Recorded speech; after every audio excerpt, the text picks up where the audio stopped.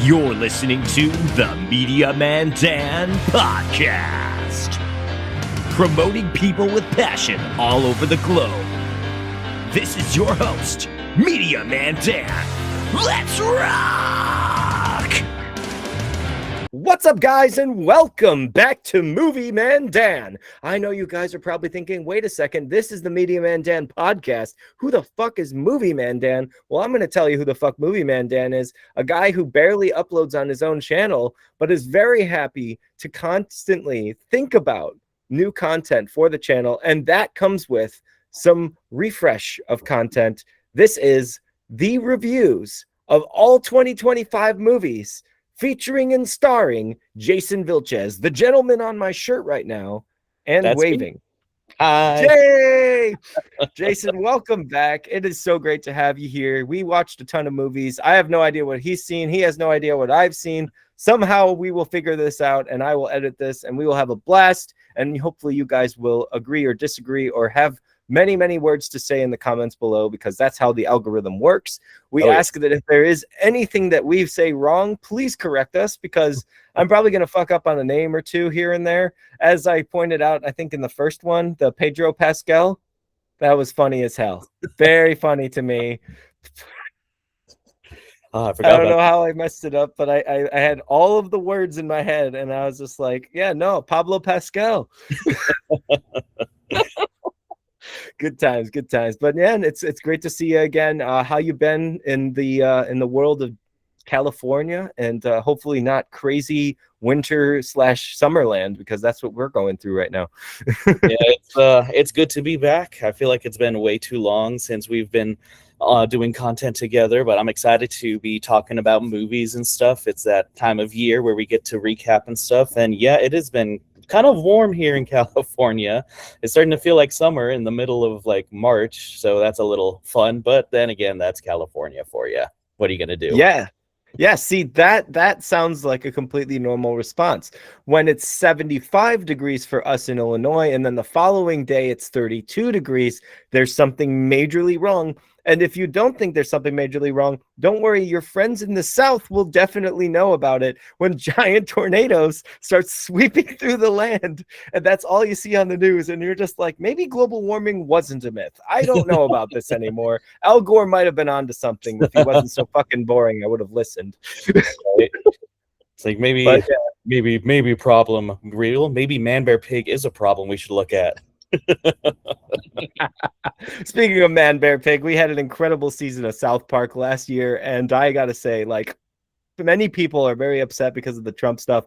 I'm like, guys, first of all, nothing new for South Park to do, and also the jokes were fantastically written. Each one of them went in a kind of linear story, and by the end of it, I laughed my ass off more than I had in any other season since season 19, I think. So I was having a great time. All those Republicans that were losing their minds in the comments, South Park wasn't made for you. It was made for people that, have open minds and have open senses of humor. And you should be down to hear bad things about every president, because they will not pull punches, even though they completely forgot Biden last season. But whatever. I don't really care about that. What I care about is that the world can heal, because laughter is constantly going around. We got comedy, and bad things are happening around us all the time. And those comedians are our therapy to get through it. But not only that, we got therapy that we get every single week now, it seems. A brand new movie taking over the box office, impressing or depressing audiences, depending on how you felt about the new stuff this year. I have had a really good time in 2026, but 2025 was a mixed bag. Started out very strange, and then moved into a territory that I never thought I would go with the MCU. And I was like, okay, we're back. It's movie time. Jason, what was your first film that you saw in 2025? I don't know if I want to count the Goofy movie documentary, because that was just kind of something that came out on Disney Plus. That was fun. There's like a documentary about the Goofy movie that was fun. But I think the first movie I saw in theaters was actually Sinners. Like, Allie was like, you need to see this in theaters. Like, Jason, I know you only see like 2 movies in theaters per year because you're busy, living that single dad life, musician, working life and all that. But if there's a movie you're going to see in theaters, it's this one. go see it. So I got to see that one in theaters first, and I'm glad I did because it was a little spooky. It made it a little bit more spookier. I was not expecting that, but it was a lot of fun to see that in theaters. Like, And it probably looked really good in an actual theater, because when you watch this movie during the day, it is nearly impossible to see shit because the screen is intentionally so dark and the characters are so dark and the lighting is so dark in every aspect, because the director was just like, hey, you know those people that might not have seen this movie in theaters? Fuck them. They're going to have to suffer, because there's no way you could see anything in the corner of the screen when that vampire first comes out. And I was like, Allison, we're in the house. It's supposed to be well lit. The sun's going down. Where's the sun? Like, this is just like, he's in shadows. I can't see shit.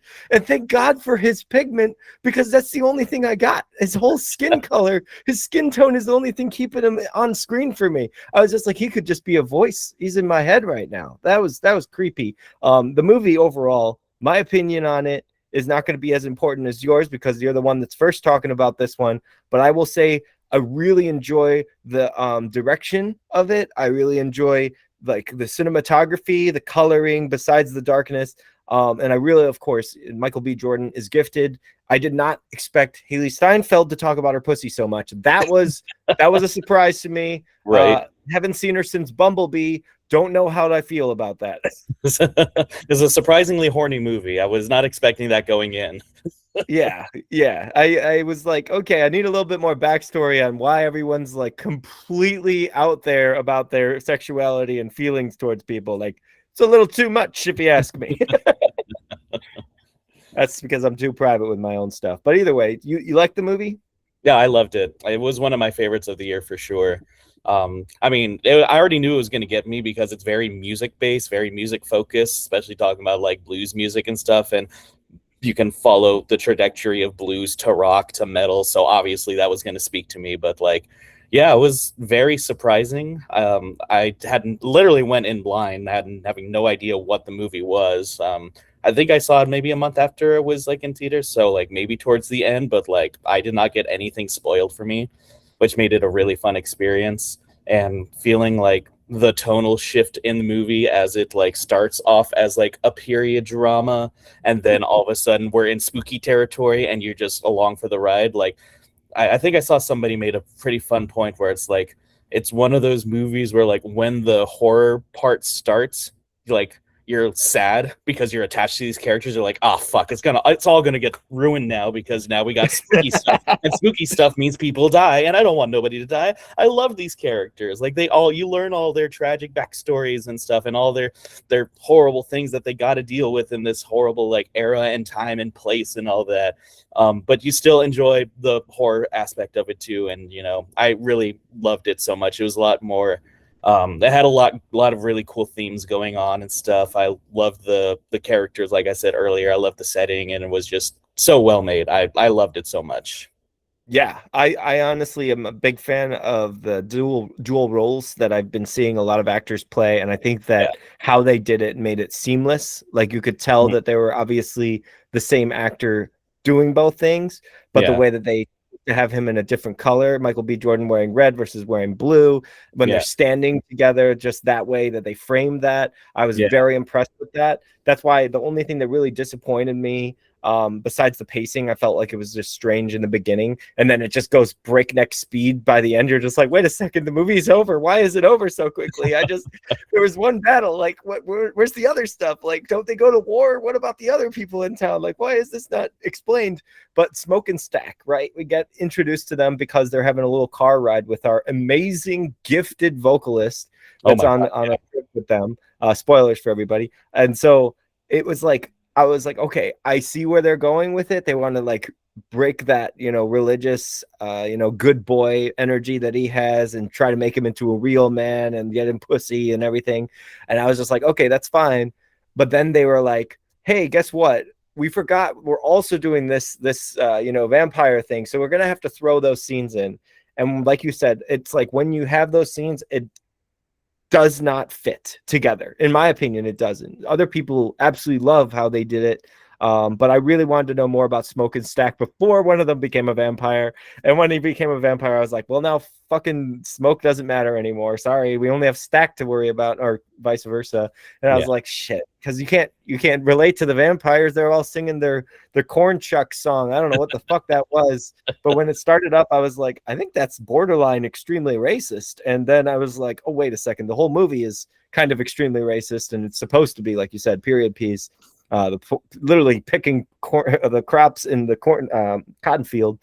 I was like, this movie is very on the nose with what it's trying to present here.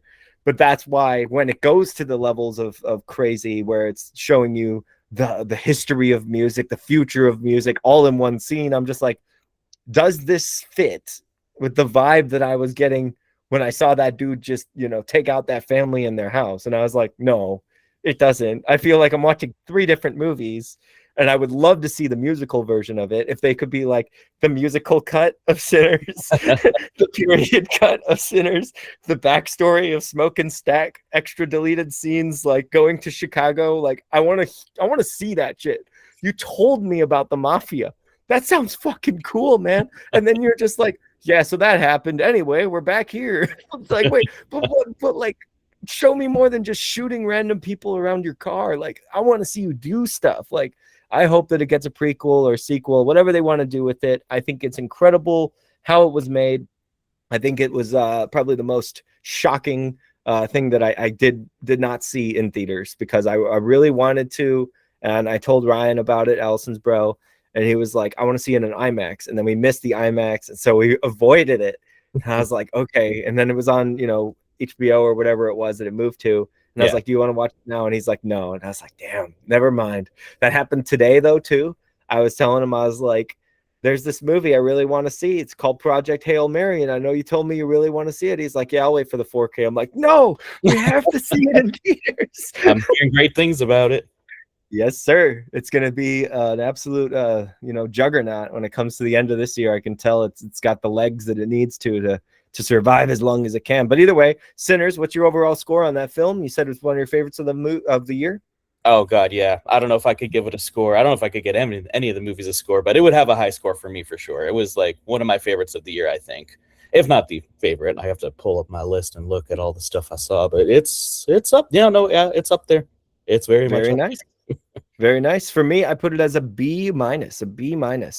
Reason for the minus, obviously I had a little bit of flaws in there. Reason for the B, because the cinematography, dude. Like, you can't take something away from a great director. Like, a great director can make anything. They'll give you the most crazy, stupid script, and if you have great direction behind it, it's going to look incredible. No matter how stupid the stuff is, it's going to be incredible. And when I say that, I'm talking about Welcome to Derry. What a fucking show that was, dude. Like, holy shit, the things that they pulled off in the first 3 episodes, I was like, should I really even be on board with this? Like, you killed off my favorite characteristics in the first, show. Like, you literally, at the end of the episode, we were like, oh, that's like Richie. And it's just like, he's dead. Like, what? And then they completely, fix it all up. And it's because, once again, it's the direction of it. It's the way the characters work. It's the time that you have to breathe. I think Sinners could be a great TV show, honestly, now that I think about it. If it wanted to be I want a TV show around those like Native American hunters that were hunting down the vampire. I want to show about them, because they clearly knew what was going on before everybody else.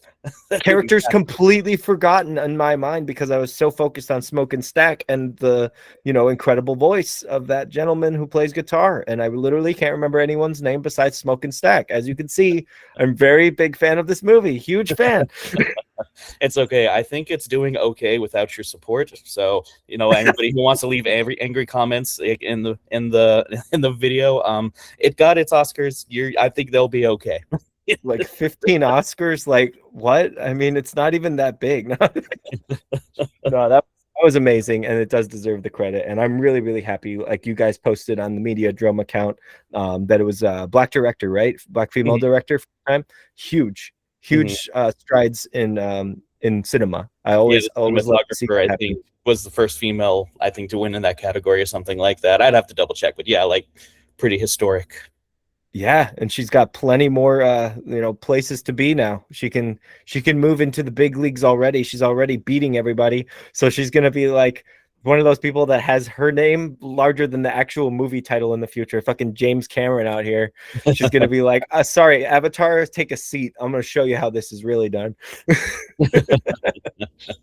All right, so my first movie of the year in 2025 was an absolute disgrace to cinema. I hated everything about it. I'm so glad I saw it because I now know that I had no reason to have her back in the limelight. Not her fault in any way, but back in action. What an awful movie. It was available on Netflix. It is with the return of Cameron Diaz to the big screen. Or not Cameron Diaz. I forgot the name. No, that's Cameron Diaz and Jamie It is. Foxx. It is. Yeah. Yeah, the first time Cameron Diaz has been in a movie, and please don't ever again. We're good. It's not her fault. It's not even the cast at all. I don't think the cast had anything to do with it. The writing is so bad in the movie. But there is one specific scene that I will never have leave my mind, where kids that had no idea their parents were spies, spy kids, hilarious, haha. They were sitting in the back of the car and their parents are committing crimes, right? They're committing acts of violence. And this one child is supposed to be, right? They're supposed to be like, oh my gosh, my parents are spies. I can't believe they're doing these things. Someone dies, gets shot, and this kid smiles. And I'm like, that's it. This movie has absolutely no place in my mind of, the reasonable, logical, how that would affect a child, especially being so young, and you're just smiling. This movie has no care. It doesn't care. I don't care about it. I think it was the worst movie I've seen that year, and that is an F. An F for back in action. Don't come back. Cameron Diaz, please stay wherever you want to be. Do your Shrek thing. If you want to make a solo work, but please don't make an action movie. You did great in Charlie's Angels and other movies, and I really loved you in The Mask, but that's about it. I'm done. I can't do it anymore. I think also Jamie Foxx is in it. I think he played her husband. Bro, it felt like that one clip that I would see on Ralph the Movie Maker where he's like, they got tea. I think that movie was called Sleepless or something. And that was the trailer. He's just like, they got tea. And so Ralph the Movie Maker pointed out how there's no context behind it. He's like, all you hear is that they have tea. Who is tea? We don't know, but they got tea. And then he would just keep playing that clip. It was hilarious. I'll throw the clip in because it's one of my favorite critic moments because it's just such a strange trailer. But it felt like that type of acting instead of Baby Driver acting, instead of the actual skill that Jamie Foxx has as a music person and a lover of cinema. He's kind of the perfect package of that. Yeah. And so it really hurts me to say that his performance was half-assed the whole time. I felt like he didn't want to be there. It felt like nobody wanted to be there. I was like, why did you make this? Hey, Netflix, stop doing this. Just don't force into contracts if you're not going to make good movies. Anyway, for every good Netflix movie that comes out, it's movies like this that make people think that Netflix is shit. This is what we think about when we're complaining that Netflix is having a big sway in the movie world now. Yeah, well, when it comes to Slipknot terminology, people equals shit, Netflix equals shit for the modern people. I can't stand it. I was talking to him beforehand about Stranger Things and how they're dropping the ball in that case. I am almost done completely with Netflix. I am hoping to God they put out one more good show that I might have interest in. If not, I am completely out. I'm okay with that. I can save my money on it. And, I hate that they added ads. I'm going to always hold that against them. They said they would never have ads. And then they were just like, never mind. We didn't make enough money. So now you got ads every time you want to watch anything. Yeah, right in the middle of that scene that you're watching in that really important movie. Well, guess what? You got to hear about what we think in your political party. That's what's going on in your state. We got to tell you all about the candidate that you're voting for right now. I'm like, no, I don't need to hear about this. I want to watch a movie. Yeah. I don't want to hear about anybody voting or doing anything. I don't care. Just show me my movie. And Netflix is like, no. We're doing the same as everybody else. We're not different anymore. They're all the same. I'm going Tubi, bro. Tubi's free. Tubi. Let me plug in my laptop here. I realized that I forgot to plug it in before. Very smart of me. Next movie you got, though, and number 2 on your list, what was that? Oh, God. Are we going in order or just whatever the heck I want to bring up? Well, the next one you saw at that time, because you said Sinners was your first one in theaters, so I'm guessing you saw another one in theaters after that, or ended up finding another movie. I mean, there's a couple of movies I saw, but they were mostly stuff that I caught on streaming. The next one I have on my list is the Minecraft movie, but I don't know if I put my list in order because I don't know if I saw that No, next. no, no, no. You go on. Go on, talk about the Minecraft movie. I'll be here for 30 minutes just laughing. Yeah. I mean, I know this had its audience. Clearly, it doesn't need my support at all, but like I said this when we talked about it on MediaDrome. It was operating on a level that I could just never get into. Like, it's operating on a vibe that I could just never connect with. I just never got into the headspace that the movie wanted me to get into. And I'm glad that people liked it, especially the young kids, even though they kind of made a meme out of it. But, like, maybe we can make a meme out of good movies so the good movies make a lot of money, not shit like this, but whatever. what do I know?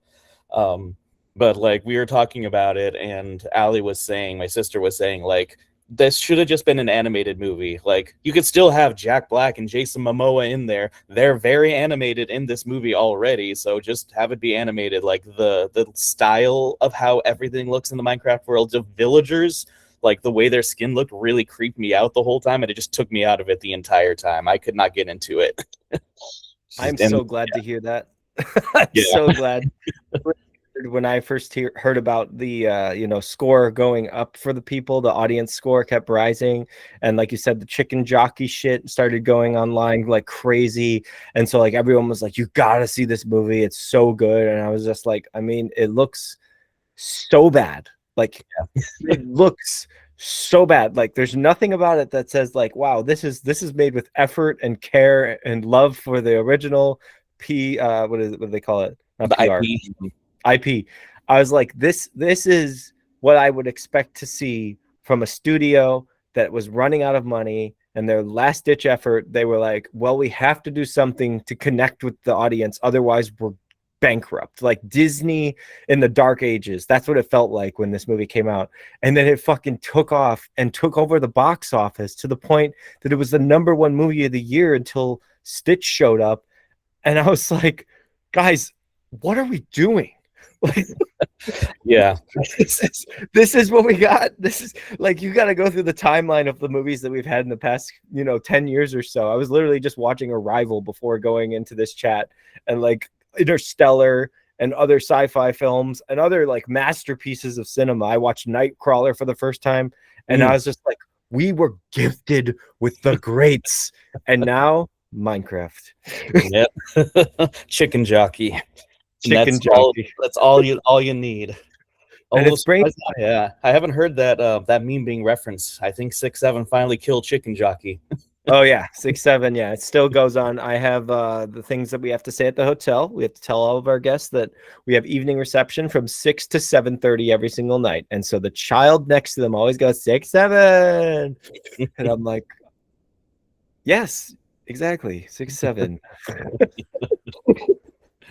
But no, I'm telling you, I'm so glad that nobody liked it in real life. Most of the critics, they were playing it up for laughs, but we're not actual fans of this franchise. It's really not, our thing. Even though we might have played the game, it's definitely not made for those players. Yeah. It feels as bastardized as what they did to Five Nights at Freddy's, from what I've heard. I did not see either of the two films, but I'm so glad I didn't ever play the games or have any lore or care about these characters, because it feels the same for Minecraft. I was just like, never really wanted to play, did play, it was okay. And this movie looks like it would slap it in the face and bitch slap it and shit on it all day long. And like I said in the pitch that I was telling people, I was like, imagine it's the 90s and you have to come up with a movie that's connecting to the children of that time, and that happens to be Mighty Morphin Power Rangers. And so you take Clint Eastwood and you make him Zordon.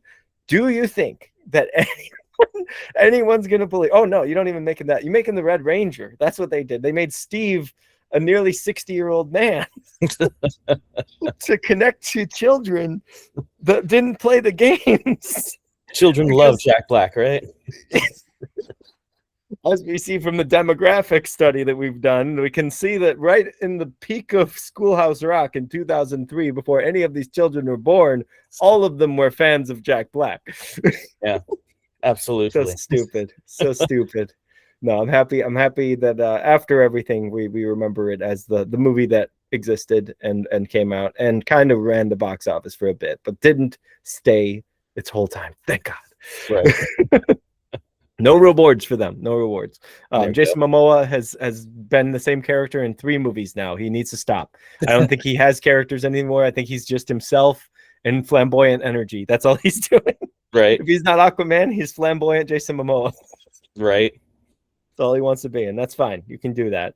Next movie I saw was Love Hurts. This was around Valentine's Day in 2025. I saw this with my dad. It looked fun. It was with the young man that was in another movie that I found to be not as good, but I really liked him. Wait, no, it was good. I don't know. He was a voice in something, and I liked him in it. And he's also the main actor in Love Hurts. Mhm. But like I said in the pre-chat, some movies I can't recall the plot line enough to actually care about. So the C plus that I gave it is dropping down to a C minus. It's fun. It's a cute movie. I remember the last scene was like in a bar or something. It kind of went with the slight comedy, romance, rom-com thing, but it also was just very like optimistic. Mhm. Like it's a very just like upbeat, happy kind of feel as he's killing people or getting killed. Yeah. It's like it's interesting. I could say it's not like bad. It's not like something you would see in Jason Statham, beekeeper levels of stupid. It was actually made with care. It was definitely well choreographed. I remember like Jackie Chan choreography in it that Yeah. reminded me of like Rush Hour, and I was like, okay, this is cool. The music was good. I remember that the needle drops always great in that movie. But Nice. the overall feel, it was just a fun time. Not one that I would say is like impressive enough to come back to. But if Yeah. you wanted to see it for a first time, it's not going to be a bad movie to turn on. It's definitely good for date night. Fair enough. What's your next movie? My next one is 28 Years Later, Ooh, which I really liked a lot. A big fan of the original movie, even the second one that not everybody talks about as much, but 28 Days Later is like a movie that I remember me, my sister, and my parents bonding over. I mean, obviously we were age appropriate at the time, of course, watching scary movies with zombies and stuff. But it was very exciting to go into this watching the movie 28 years later, like literally, like so much time has passed. And it was one of those movies where like I went in expecting it to just be spooky, scary, like horror movie vibes the whole way through, but then like halfway through I start to pick up, I'm like, oh no, this movie has something to say about like it's a coming of age movie in a way, and it has something to say about like what it's like being a kid and then growing up and realizing, oh, my parents are human beings and human beings make mistakes and are not infallible, and trying to learn that lesson while also there's zombies around and they'll kill you if you're not careful in this crazy world. So that was pretty fun. I really resonated with it a lot. Had fun with it. awesome, man. Yeah, no, I was hearing from my boss. She's a big fan of the original 28 Days Later. And so she told me she hated this one. She was like, I hate it so much. And I was like, hey, just so you know, there's a sequel. There It's is already out. And she's like, oh my gosh, already? I'm like, yeah, they were ready. This is a trilogy, so get ready. Yeah, I saw that was one too already. The second one of the 3 that they're making, the Bone Temple. That one I also really like too, but obviously that'll be for next year. But that one had a really fun Iron Maiden reference in it, so I was like, oh, this is speaking to me. I don't care. I'm already hooked. Nothing matters now because you have one music part. You're just like, that's it. This is my movie. This was made for me. Right, exactly. It has a great soundtrack. Sick. All right. Well, that's good to hear. I did not see 28 Years Later. I saw the trailers for it. My dad outright said, never seeing that shit in the theater. Well, I think we were watching something else. It was probably like Love Hurts or whatever it was. We were just sitting there, and then he decided to outburst his opinion on things.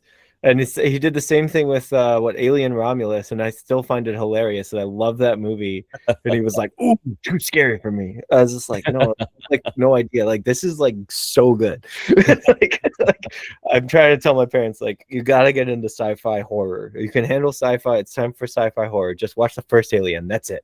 Just watch the first Alien. It's so good. I did not know how good it was. Yeah, until I saw it in theaters 40 years after it. Not 28 years, but 40 years after. We have 20 more years before we're going to start making those movies. Yeah. The next movie I saw was Hard Eyes.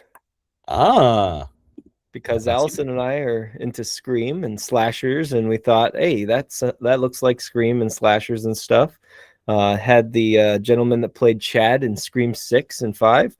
And I gotta say, the chemistry in the cast, I loved it. I like really, really loved it. Allison and I had a great time the whole time we were watching. There's definite flaws. It's not a perfect film by any means. But if you're looking for an exact, like, cut and paste rom-com feel mixed with just over the top grotesque violence, then you're like, this is your bread and butter. Like, you can't get much better than Hard Eyes. I think Hard Eyes is like the ultimate answer to those good old Night and Day killers movie, you know, like you had the team up where it's like, well, they're in love, but also they have to like go through some real shit. The movie Red did that really well too, Red 2. And I think that that's what we got out of it, was like that feeling. And I think that's why I'm a little bit nicer than a lot of other people were to it. It's got a twist ending like all the other ones. It's a whodunit, so you got to be like, who's the one behind the mask? And every time it seems like you get a reveal these days, no one's happy with it. So I'll just say, I thought it was really fun. I've watched it 6 times. Obviously, I'm not going to say I don't like the movie when I own it. I've seen it 6 times. It's a great Valentine's Day rewatch. If you haven't seen it, check it out because it's a blast. Nice. There you go. Yeah, dude. That was a B for me. I didn't even say the score. I don't know anymore. Scores don't matter. Who cares? Right. Welcome to Whose Line Is It Anywhere? The points don't matter. All right. Anyway, what was your next film that you saw? Next one, I actually saw it in theaters, and yeah, Lilo and Stitch, the live action remake. We can finally talk about the same movie. Yay! Right. All right. What do you think of the live action remake? I definitely think we're going to be on opposite sides on this one, though, because I did not like it as much as you did. No worries. I don't blame you. And I was nicer to it because it got me in a different mindset than I had originally going in. The original thought was, why are they doing this? Mm-hmm. Then it went from, why are they doing this, to, was that copyrighted music I just heard with a Stitch scene going through a wedding? This didn't happen in the original. I started becoming an elitist Disney, addict. And then there was one moment where I thought about the original story, and then it got to me, and I was like, oh, you know what? I like this now. Mm-hmm. And I told Allison afterwards, I said, how much do you know about Nani in the original? How much do you know about that character besides that she is obviously the guardian and sister of Lilo? I'm like, this one actually shows her aspirations as a person. Mm-hmm. And we get to see her goals as a person. And we get to hear her struggles of losing her parents as well. Because we see Lilo dealing with, the pressure of feeling alone. But we really never cared about Nani. So I will give the sequel, this remake, the benefit of the doubt that they can impress me with the character that they chose. Also, the actress was fantastic. I thought casting wise, almost everybody was perfect. Weird choice for the, Piggly or whatever. Oh yeah. Human. I was like, not a big fan of that, but yeah. I would like let it slide because I just kept thinking about how like Nani didn't really get much time. Yeah. And out of all things to change, I was like, you know what? I'm not against this. Yeah. And thing, I don't care about Stitch as much as I care about Nani. Right. Yeah, I wasn't in love with it as much. I did not really care for it. Obviously doesn't need my help at all. It's already getting a sequel. It made a lot of money.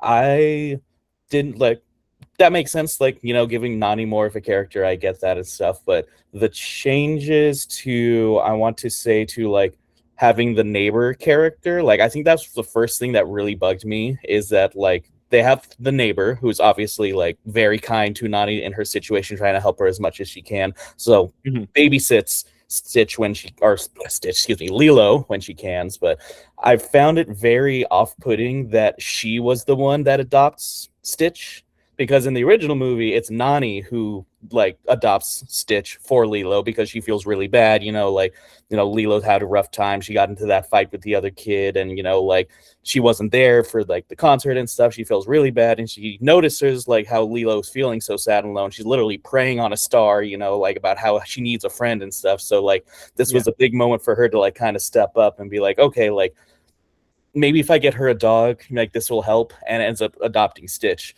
But like, just as, obviously it's not real life, but just imagining me in real life, if I let my neighbor babysit my kid and then I come back home and there's a dog, I'm like, excuse me, you know how broke I am right now, how I'm between jobs, you just added a big responsibility to my already stressful life. Did you at least talk to me about this major life decision before just thrusting this upon me? And not only that, it's a very chaotic dog, clearly from like the 2 seconds you can see. So I found that a little off-putting too.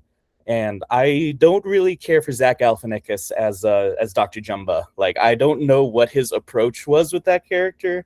And I mean, obviously they're gonna respect to them for taking the chance to change things and not just do the same movie again. But I did not like that he didn't get a redemption at the end, that he had to stay the villain all the way through, because Jumba's not, or not Jumba. It is Jumba, the big guy. He's not in it. Probably because it's going to be too expensive to animate. So he stays just villain the whole way through. I'm like, that kind of just rubs me the wrong way. I'm not crazy about that, you know? No, I get that. Yeah, Zach Galifianakis was an interesting choice. Voice-wise, I could not like get on board with it just because I hear the original in my head and the accent that he had and the grit to his voice. So hearing Zach, it's just like it's not exactly the same. It's playing kind of straight, because I feel like the original was going for like the mad scientist trope, so it's a lot more flamboyant, a lot more energetic, and also like just a fun performance in general, something that's fun to watch. And it's Zach Galifianakis is playing it a little bit too straight. Obviously, it's not the same. You can't go with the big like bombastic choices like that because it's not an animated film. Like, you can get more vibrant with it, which is just a complaint I have with all these live action remakes just in general. It's like, yeah, we're gonna take the same thing, but we're gonna tone it down because we're in a different like medium of film now, and we can't do the big vibrant like gigantic showy numbers like we can do in animation, which is what animation strives in. You know, let's take that away. Yeah, no, I can see where you come from with that, especially as a critic. I'm always thinking about, you know, internal struggles that I'm going through of letting these things exist in our minds. Like, why do we even have a remake of something that's already perfect? Like, why even do it? And that always comes to my mind. During Stitch, though, there was 3 moments that they got me with Lilo.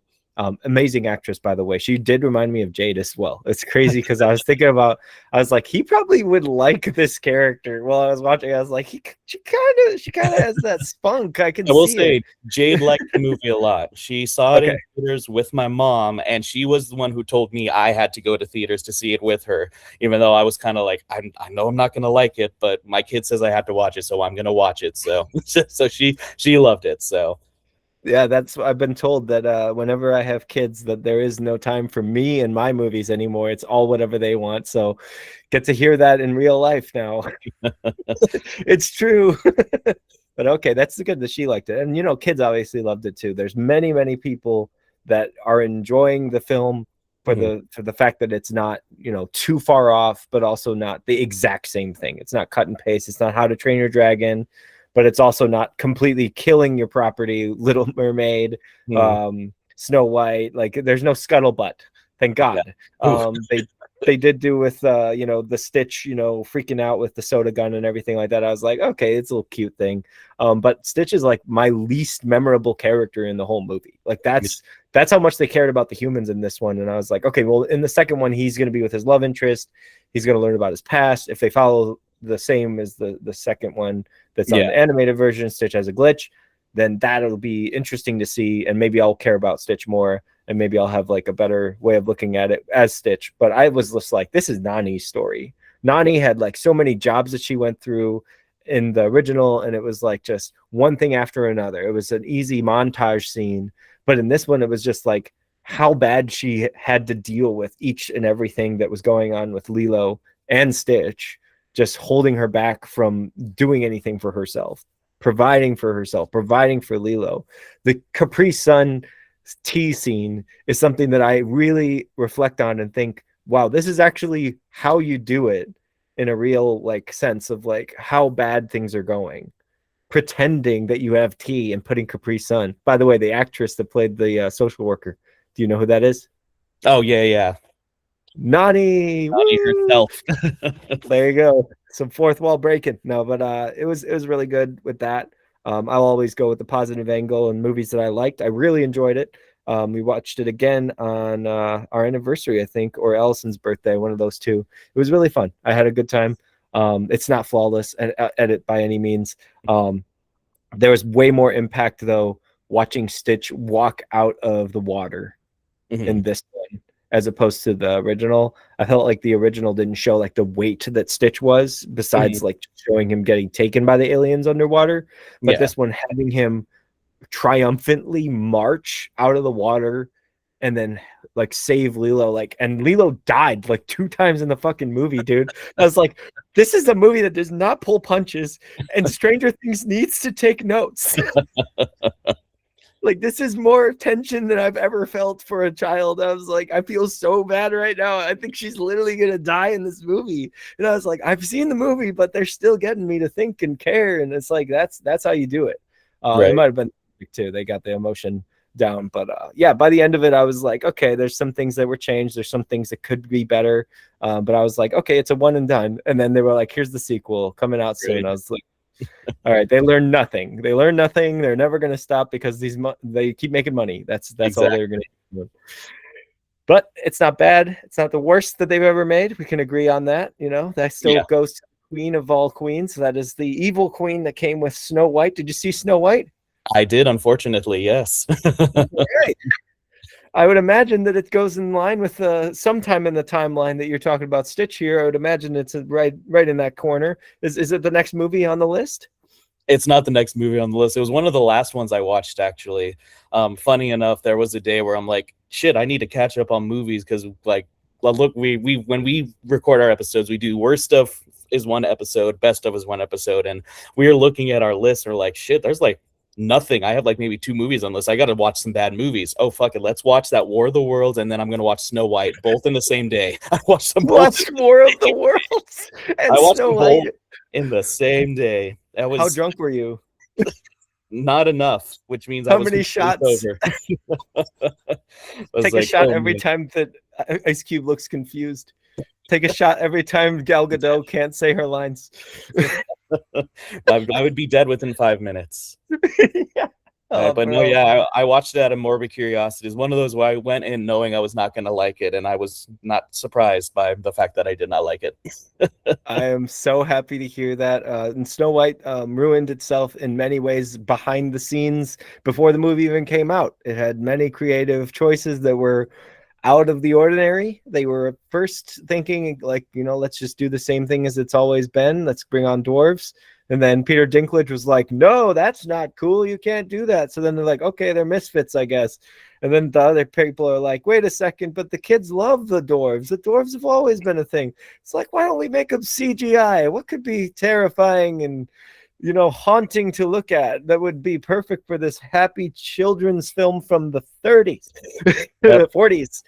You can totally feel that when you watch the movie. Like, it feels like 2 movies at war with itself. Like, it wants to be in one, it like part of the movie wants to be just a straight up like live action recreation of the original, following the original story, Snow White, 7 Dwarfs, all that kind of thing. And then the other half of the movie wants to be like, no, we're going to be different. We're going to have like, it's not the 7 Dwarfs, it's these 7 like bandits from the forest, and Snow White is like a rebellious figure, and she's going to like rise up against the evil queen. We're going to change everything. And those just do not blend in the same movie. They're 2 different movies fighting with each other. you have to remember, she knows their last name. Therefore, they have to side with her because she knows where they worked. See, they So knew each other when they were working in the castle. So it's okay now so that's because all they we know each really other. need to solve like the Israel-Palestine conflict. We just need to teach everybody just their last names, and that will just solve it, just like that. That's all we need.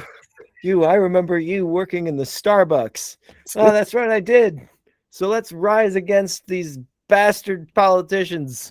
Let's get up in arms together and take down the evil queen because I know your name. Well, that is so Yep. fucking dumb, dude. I haven't even seen the movie, but I know the entire plot. I've seen every review on it. It was super famous, as all the comments about the trailer were also famous because of the AI singing that was coming at that time. It was just, super popular. And every time I saw those jokes, I was just like, not only are they spot on, but damn, does this song get in my head? And I hate it because it's AI. Yep. I will say, like, I will give credit to Rachel Ziegler. Like, she is actually an actress who can actually sing, which Oh, yes. has not been the common denominator for these live action remakes. Like, we'll just get an actress who we think fits the vibe and we'll figure out the singing part later. She can actually sing, but oh man, Gal Gadot was rough to sit through her number. That was rough. So glad I haven't seen it. Was it Scuttlebutt bad or was it a little bit better? I mean, it wasn't like forced rap or anything. It's just Was it really Prince like Eric bad? it's kind of on that vibe where like His sea she's song? really, yeah, she's not a very strong vocalist, and they're clearly doing a lot with like to fix that electronically kind of thing. Like uh yeah, I don't know what we thought. And this was the movie that I thought was going to finally kill the live action remakes, but then Stitch came along and saved the whole company for the year. So we're going to be getting more of these. So How crazy is it that the same movie that like literally revived all of our love for the Renaissance came back and saved the worst part of Disney right. with the same exact character? Thank God they didn't do fourth wall breaking fucking remake trailers. Imagine if they did that with Beauty and the Beast and Emma Watson and the new Little Mermaid and the new Aladdin, and they had Stitch in those trailers. I would be so pissed if Disney did that same marketing thing and got people to rewatch those shitty movies again. Besides Jungle Book, we all agree Jungle Book was good. That was a good one. I like that Please one too. only remember that one. That was it. Mufasa doesn't exist. Lion King absolutely should not exist. But yeah, no, I am done with them as well. I am looking forward to seeing what they do with Tangled. But that Moana trailer that just came out, yesterday, 2 days ago? No, It ain't the vibe. that is not it. I did not want that. I don't care. I really, really, really don't care. Tangled looks good because I like the actor from Zombies. That's the only reason I would watch it. Yeah. I have to watch it as a critic, but if you were telling me like, oh Dan, what's your favorite remake? None of them. I don't want a remake. I love the original. Why would I want that? Yeah. Same. But yeah, okay. So Snow White bastardized everything that the original was. That happens. Movies make bad decisions all the time. Sometimes they have no original ideas behind them. Sometimes they come from an IP and they're ruined instantly, like Minecraft. But in this case, we got an incredible IP from the comics. Did not know that this existed. Captain Underpants was one of my favorite things to see at the library. Never read it, always opened it up and looked at the pictures, and I thought it was cool. Never really followed the story, didn't really watch the movie. Mhm. But later on, somebody had a brilliant idea to create a new character called Dogman.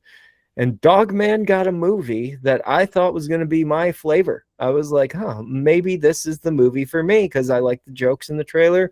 Let's see what happens. And boy, was I right. Dogman is the Lego movie of 2026. An absolute surprise to me. Loved every second of it. Own it on 4K and Blu-ray. I am so excited to talk about this movie with everybody that has not seen it because it is so good. The one joke that I constantly bring up is the fact that the news reporter is standing outside the hospital covered in rain. And so they're trying to talk about the operation of when he becomes Dogman. And then they have an update and they're like, the rain has stopped. It is now sunny outside. And that moment I was like, this is the funniest fucking film The fact that they just decided to throw in this random stupid joke, I'm like, this is going to be great. And it was. I think that everybody gave their all. Pete Davidson as the character, Very every surprised. single character is awesome. What do you think, man? I was very, very surprised by how much I liked Dogman. Like, I mean, other movies overshadowed it, in my opinion. I haven't thought about it a lot, but like when I think about like, because I watched it pretty early in the year, and I was just genuinely like, this is a lot better than I thought a Dogman movie would be. Like, like especially the villain, the cat guy. I think it just Catman. I can't remember. Yeah. But played by Pete Davidson, was like the stuff with him and his little like clone henchman was like surprisingly endearing and a very like heartfelt story. I'm like, I am getting really into this. I am very surprised. I was not expecting that from this movie because like, yeah, I read the Captain Underpants books like as a kid when they came out. Like I read all of those. Those are like a big thing in my like elementary school. And I have seen the Dogman books at the school that I work at. It's like very big with the kids there. Like to the point when they announced the movie, I'm like, no, man, this does not surprise me at all. This is like huge. Like the kids love this, but they're always getting checked out. I'm always seeing kids reading them. I'm like, I never read them myself. So like, yeah, though this is not for me. This is for the next generation. But to find out just like how good it was kind of surprising, and kind of those silly jokes too. Like I don't even remember exactly how it went, but just like how the fact that they just breeze over the fact that they just combined a dog with a man, and they like breeze over. Yeah. Wouldn't that kill both of them? It's like, don't think about it. That's not this kind of movie. Moving on. He's a dog man. The operation was successful. Like, Dude, the what? jokes For it. the jokes were writing themselves. Every single scene was like something you could absolutely take so much out of. It's not just like a stupid cartoon. It's Tom and Jerry style of ridiculous villain versus ridiculous hero. Yeah. It reminds me of Inspector Gadget a lot, like the same plot wise. But like you said, yeah, the heart behind that little character, the baby, whatever the hell his name was, that was great. I loved it. The sitting in the box, like just sitting in the rain, like every character is manipulating each other. And then by the end of the movie, how did you feel, dude? You actually got like a warm and fuzzy feeling from Yeah. a ridiculous, stupid comedy movie that Mhm. was made for kids, dude. Like, whoa. Yeah. I know, right?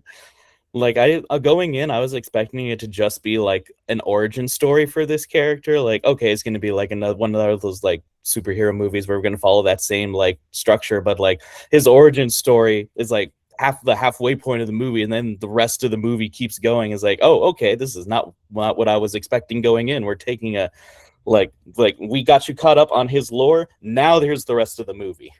Yep. They had so much fun with it. I could tell that everybody behind it was like actually caring about the IP that they were given. It was not Minecraft. This was somebody that actually had passion for what they were writing. All the characters that were chosen, all these actors that did it, they gave their all, man. And I mean, Isla Fisher, like I said, that's such a stupid ass joke, such a stupid joke, but just the way that she delivers it is so funny. It's not raining anymore. It's now sunny anyway. Like it's just so stupid. I loved it though. Allison was like watching me laugh my ass off the whole time, and she knew it was going to be one of my favorite movies of the year. By the end of it, I was just like, wow, I really, really, really love the message of this movie. Like just like giving somebody a second chance to do the right thing. Like, and it's a fucking dog, man. It's not some triumphant real hero. This is a ridiculous movie where the dog is acting like a dog and the man just walks around with the head of a dog. That's it. There's not much it does. It doesn't really do anything besides, I guess, cuddle up to characters and play ball a couple of times, but it doesn't even speak. It doesn't even speak, dude. And it's still an incredibly compelling hero. And like, I'm like, why the fuck is the protagonist written so well in this movie? But then there's other movies that just suck at writing heroes. Like it's crazy, but I loved it. B plus. I would give it an A if I could. But there was obviously something there where I'm like, this is sequel bait. I want to see where it goes from here. And it could drop the ball. It could just be they're like, oh, well, they like the funny noises and the stupid jokes, and that's all we're ever going to do. Yeah. But the heart that it had behind it, I think, was there. And that's the thing that stands out to me as somebody who loves to watch kids' movies and loves to have a feeling when you get out of a kids' movie where you're like, wow, that made me really emotional. Wild Robot did that, and now we got Dogman. There we go. What was the next movie you saw, man? Ooh, let's see. Honestly, it was probably Superman, actually. That was the other Yes. movie I saw in theaters. Oddly enough, this was the only movie I ended up seeing in theaters twice. Once I saw it on Ooh. my own, and then a second time, my friend actually asked me to go see it with him because he hadn't seen it yet. I'm like, oh, yes, please. I will gladly watch this a second time. And another one of my favorites of the year for sure. This one really, really fit my vibe so well. Hit me right in what I wanted from this character and from the start of this DC universe. Like I was just enthralled with it. I loved it so much. Made me tear up, made me feel joy. Like, oh my god, yes, I am here for this. Yes, I feel the exact same way, but also I am so incredibly grateful that someone my age is able to play Superman and look so good doing it. Right? And it makes me feel like I need to go to the gym right now because I literally could be Superman. That's why when I took all those shots for the Halloween photo shoot that I did with my costume on, I was just like, dude, I'm gonna make this costume my bitch. Like I'm gonna make things work that have never worked. I'm going to get the muscles up. There will be no extra padding the next time I'm in this costume because I am Superman. Thanks to this movie giving me the hope that I needed. Kal-El is perfect. The choice of actor David Cornsweet, absolutely amazing. I watched his audition tape. I showed it to Allison the other day, and she's like, "Who's Cornsweet? What a stupid name." I'm like, "He's Superman." She's like, "Oh, that's the guy that we saw in Superman." I'm like, "Yes, he's whatever." He's fantastic. I love what is her name? Mahanahan, Rachel Mahanahan. Oh yeah. She's from the Marvelous Miss Maisel. I never seen it. I just know that it was Rachel from the Brosnahan. Rachel Brosnahan. See, there we go. I'm learning names. She was amazing too. The chemistry that they had, the argument scene. I was like, whoa, wait a second. When do we actually see Lois holding her ground against Clark in movies? Like only the first movie and then never again. It seems like Amy Adams didn't really need to do that. It seemed like the one that had the remake, The Returns, they weren't really doing much with her there either. It's like Lois has always been like the damsel in distress character, and in this one you could tell that she's ready to lead the troops, and Mr. Terrific literally gave her the right to run the ship. I was like, okay, this is sick. I'm really all about this. I love the Lex Luthor, great choice on acting there. And he's from Warm Bodies, that's what I know him from most, and seeing him play a villain and just ham it up, and his stupid extra people around him all acting like it's a video game and like they're winning in Mortal Kombat. Hilarious. Mr. Terrific in general, great character. Never seen him on screen. Really happy with that. James Gunn literally has saved my love for DC. Like I am so happy. The color is there, the brightness, the hope that we were missing from all of the Man of Steel universe and the Batman stuff. It's like, this is what we needed. And it's not just to be like, oh, well, this is the new Avengers, this is the new Marvel. This is the starting point of something that could actually be phenomenal for DC. Yeah. I could actually make Marvel have to step up their game because they have competition now. Yep. And they did. We'll talk about that very soon. But I got to say this, Marvel fucked up badly in the beginning of 2025 with this incredible masterpiece, Captain America, Brave New World Order. Brave New World. That was their final title. New World Order couldn't work. For some reason, people thought that would be a very bad title. I don't know what could possibly cause people to be upset about that title. I don't know. But I'll tell you, there was another movie I saw before that, and I forgot to talk about that one. That actually mocked the reason that the other one was changed from New World Order, and that was because Mark Ruffalo decided to use all of his liberal balls and go after Trump majorly in Mickey 17. That's right. That came out this last year.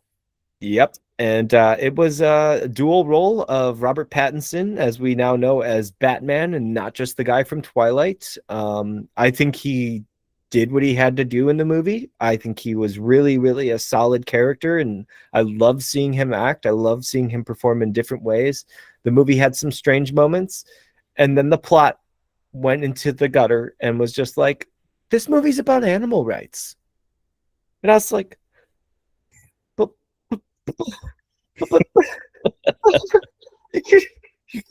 clone people and talk about how that cloning is probably wrong to do to people. But then you're like, no, those giant whale things without faces, they feel sad and stuff. So we're going to feel bad about them for, the last half of the movie. So I guess we're feeling bad for random animals on a random beach in a different planet, and allegory and irony of Trump and Mark Ruffalo just hamming it up as the evil mustache twirling, bad guy. It's just it lost itself majorly. The beginning of the movie, I was like all in. I was like, ooh, this is cool, like a weird sci-fi idea. And it kind of reminded me of like Edge of Tomorrow, with how many times you have to see him relive the same day as different versions of himself. I was like, oh, that's cool. Minus the threesome with himself. I'm not sure if that's considered masturbation. I don't know. I really don't know. We'll let the intellectuals argue that in the comments. Yeah, that one's a weird one. There was a woman there, so I guess it's not gay. It's not gay if it's in a three-way. We learned that from Saturday Night Live. Thank you so much for saying that. Thank you. I was thinking about it. I was like, that's the Lonely Island right there. But did you see the movie? Did you like it? I didn't. Allie and Richard, and actually everybody else saw it, I think. But I remember Allie being kind of echoing the same sentiment, being like, this, like, it lost itself and it lost me halfway through kind of thing. So that's what I've heard. I wanted to see it, but then I just didn't. I completely forgot that it came out, and it's my chance. Yeah, it was like a weird like twist on like animal cruelty, and it was like the baby of these animals that were like completely peaceful was taken, and then if they hurt the baby, then they would become violent, crazy animals. I'm just like, I don't like the message of this at all. I think this is horrible, actually. If you ask me, shouldn't the peaceful animals always be peaceful, and that's why you don't kill their like babies? Like, yeah. What is this movie? it's terrible, and it's actually crazy because it's the same plot. The same plot as fucking Elio. No, I didn't even think about it until I rewatched that the other day, and then I was like, oh yeah, that is true. There was a character that took a child of another random violent alien species that wouldn't be violent, but then their kid got taken. And I was like, oh my gosh, but Elio does it better. Anyway, without Elio, without all that, we'll still stay on Disney here. Mickey 17's a C. It's not the worst movie. It has some great moments. It has some incredible sci-fi. It has some really creative juices flowing behind it, and there's a lot of weird and fun stuff to be had, but then yeah, it loses itself halfway through, so it does drop to a C. But back to Captain America. Yeah, that was a movie. I think. Or was it a movie, or was it military propaganda? I can't keep track of it anymore. Is it the lowest rated MCU movie in like forever? I think it was like completely forgotten the moment it entered in. It might be. I mean, I feel like people still latch on to their hatred of the Marvels, but like this one, I feel like is more deserving of the ire, because like it was just so forgettable, and like I did not really care for it. And I think I have my biggest complaint. I mean, obviously, there's probably more to complain about with the movie, but like I was never sold that Captain America, or like our new Captain America, who's very famously had multiple chances and always says no to get superpowers. Like, he's very much human. He somehow has a chance against a Hulk villain. I never bought into that. And I just was like, there's no way. There's no way. He's taking on a Red Hulk. No. It's okay because he smelled the flower. See, he smelled the flower, so he's not as angry anymore. So he can fight normal humans because he smelled the flower and had a flashback to his daughter. Yeah. Fucking stupid. So stupid. I also don't like I don't know how much of that was like in the director's control or whatever, because it usually is probably a different like branch that deals with the trailers. But the fact that the movie treated the fact that Red Hulk was in it as a twist was so frustrating, when like trailer 1 shows you that we got like a year before the movie came out, shows you that Red Hulk is in this movie, and to have the movie like act like that's a big twist is so frustrating, and it takes all of the steam out of that creative choice. So yeah, I'm just really happy that they didn't have Harrison Ford fighting people at his age like they did in Dial of Destiny. That was a great thing, that he was CG and he was the Hulk looking thing, and they did at least change the face a little bit. But like you said, the Red Hulk is the only reason anyone was going to go to see the movie. He was already hated because of Falcon and the Winter Soldier. That show like really showed what Disney was going for, was political messaging, and some people were on board and some people were not, and by some people it was most people by the point that this movie came out. So when Red Hulk shows up, they're like, oh, I have to see it, I have to see what happens.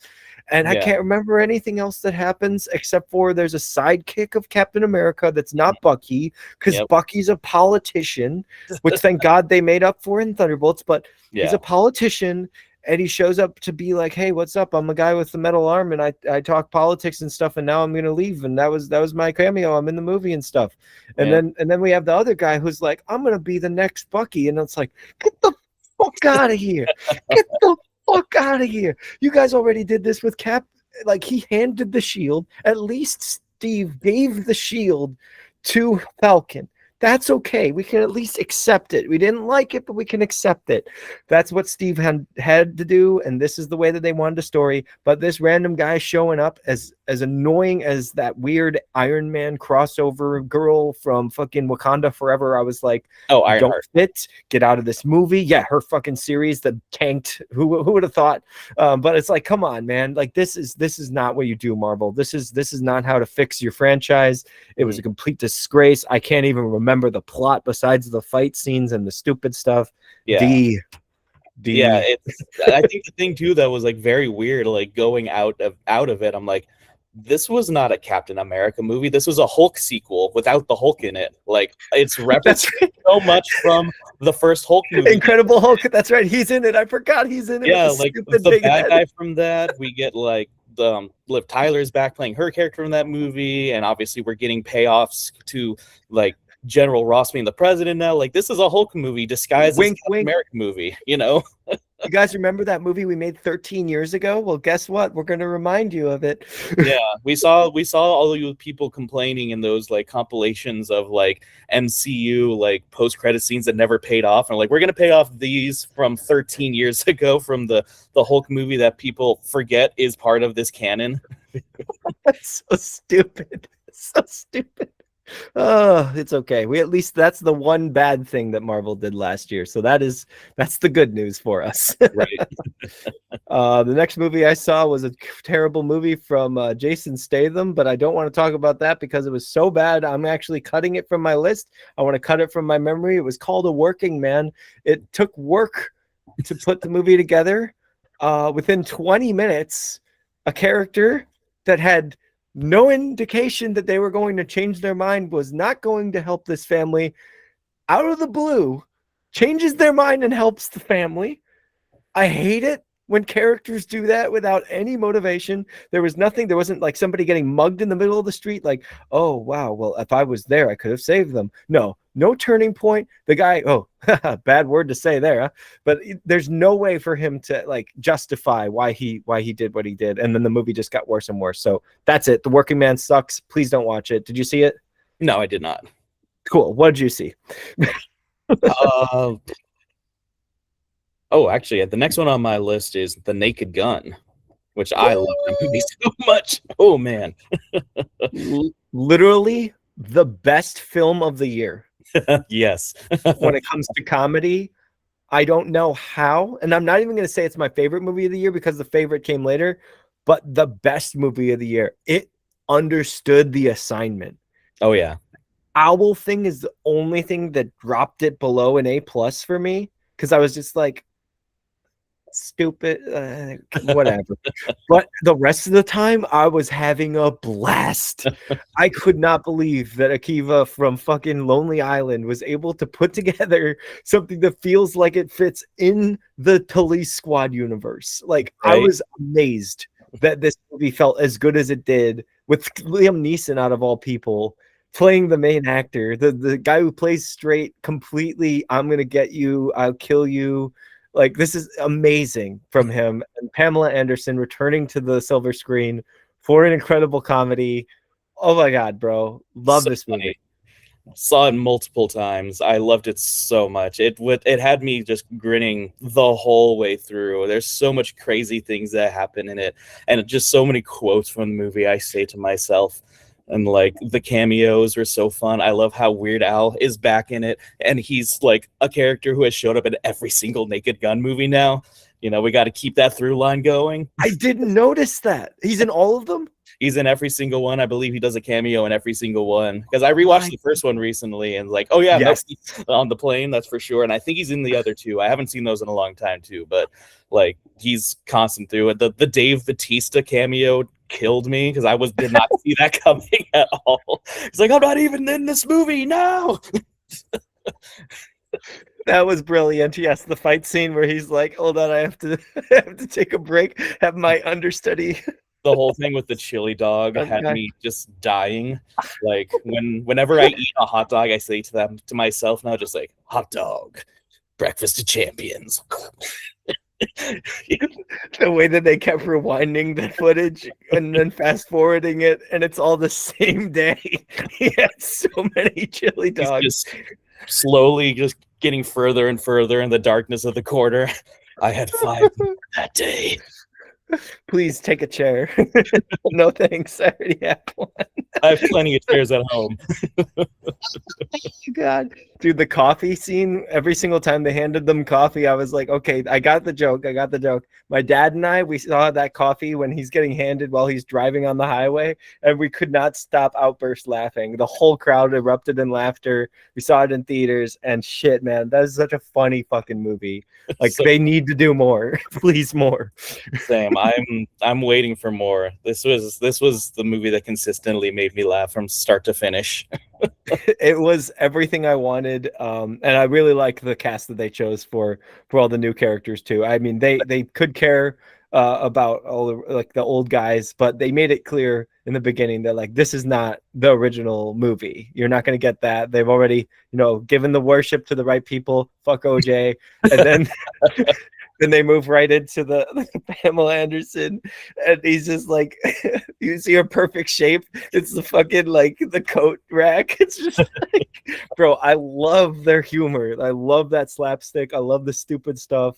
Oh, what was the funniest joke in the whole movie? There's one that is so specifically hilarious. Either way, what's your favorite joke besides the chili dogs? Oh, the chili dog was funny. I loved the she had a bottom that would make any toilet beg for the brown. I was like, what the fuck? Who thought of that? Oh, okay, I got it. It's by far the most out there and most outrageous thing that you could put into a PG-13 movie was the the heat camera, whatever that was, the heat scope. Yes, it's very awesome. Dog. Here's my Buster. He loves his back scratches. Sitting there, I don't like this. Oh no. The movements of every character. Oh my god. It was that, and then of course the most outrageous thing in any of the movies is the fucking snowman that they brought to life. You're just like, oh, this is a weird montage, and you're just like, what the fuck? Oh my god. Oh man, I think that was one of Allie's favorite parts of the movie. She's like, that montage killed her.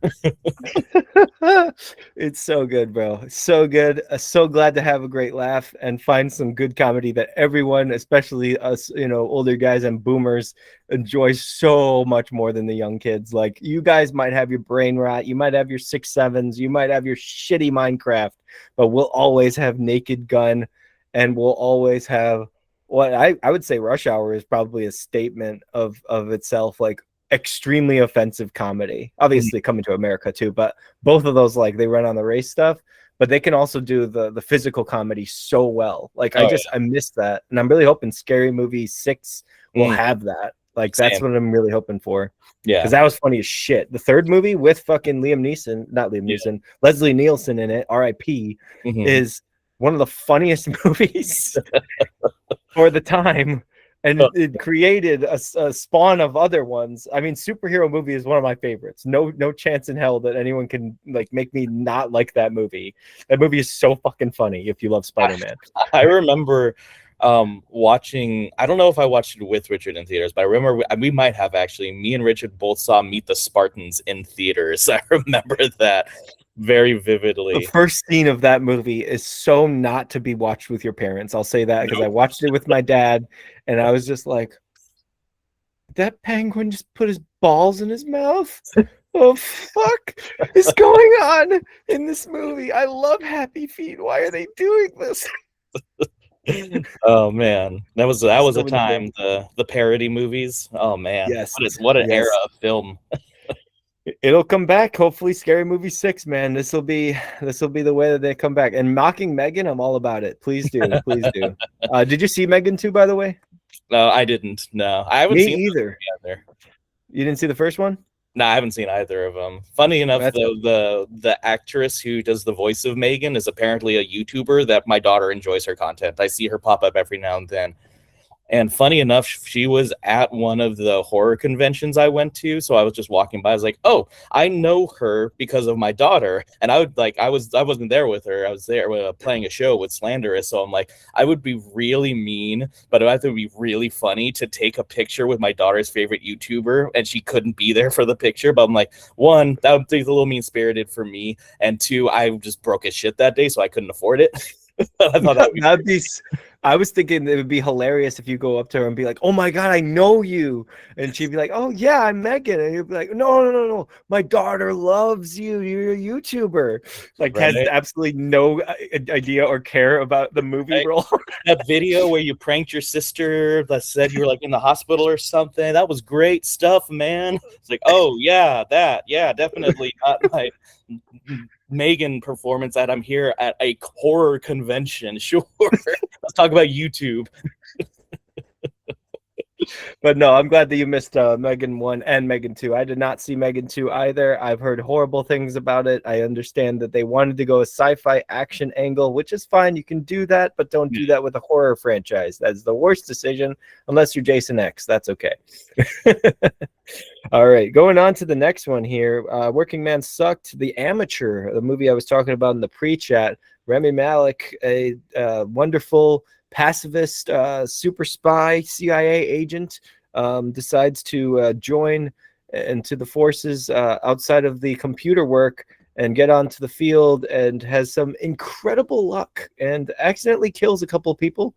I say accidentally because he makes everything seem like an accident. He is very professional with his killing, but this movie is not with a bloodlust. It does not have that type of like, ooh, is this going to be rough to watch? It's PG-13, but the way that they play it off with this character constantly not wanting to kill people made it a little bit more interesting. The only thing is, I can't remember anything else, so that's about it. That was The Amateur. There you go. Didn't really Did you see it? I did not. I completely forgot. Yay! I remember seeing the poster. That's what I'll remember. Hey, Mr. Robot's in a new movie. Right? He does stuff sometimes. Anyway, the next movie is probably going to be on your list. Did you see Drop? Drop? I don't know if I did. It was with I don't want to bring up the fucking movie that ruined Blake Lively and my overall feelings towards Ryan Reynolds, but that love interest in that movie that played the, I guess, hero boyfriend is an incredible actor, and he was in this really good Hitchcockian thriller. Huh. I've that not even was heard of this. based on a giant building in Chicago.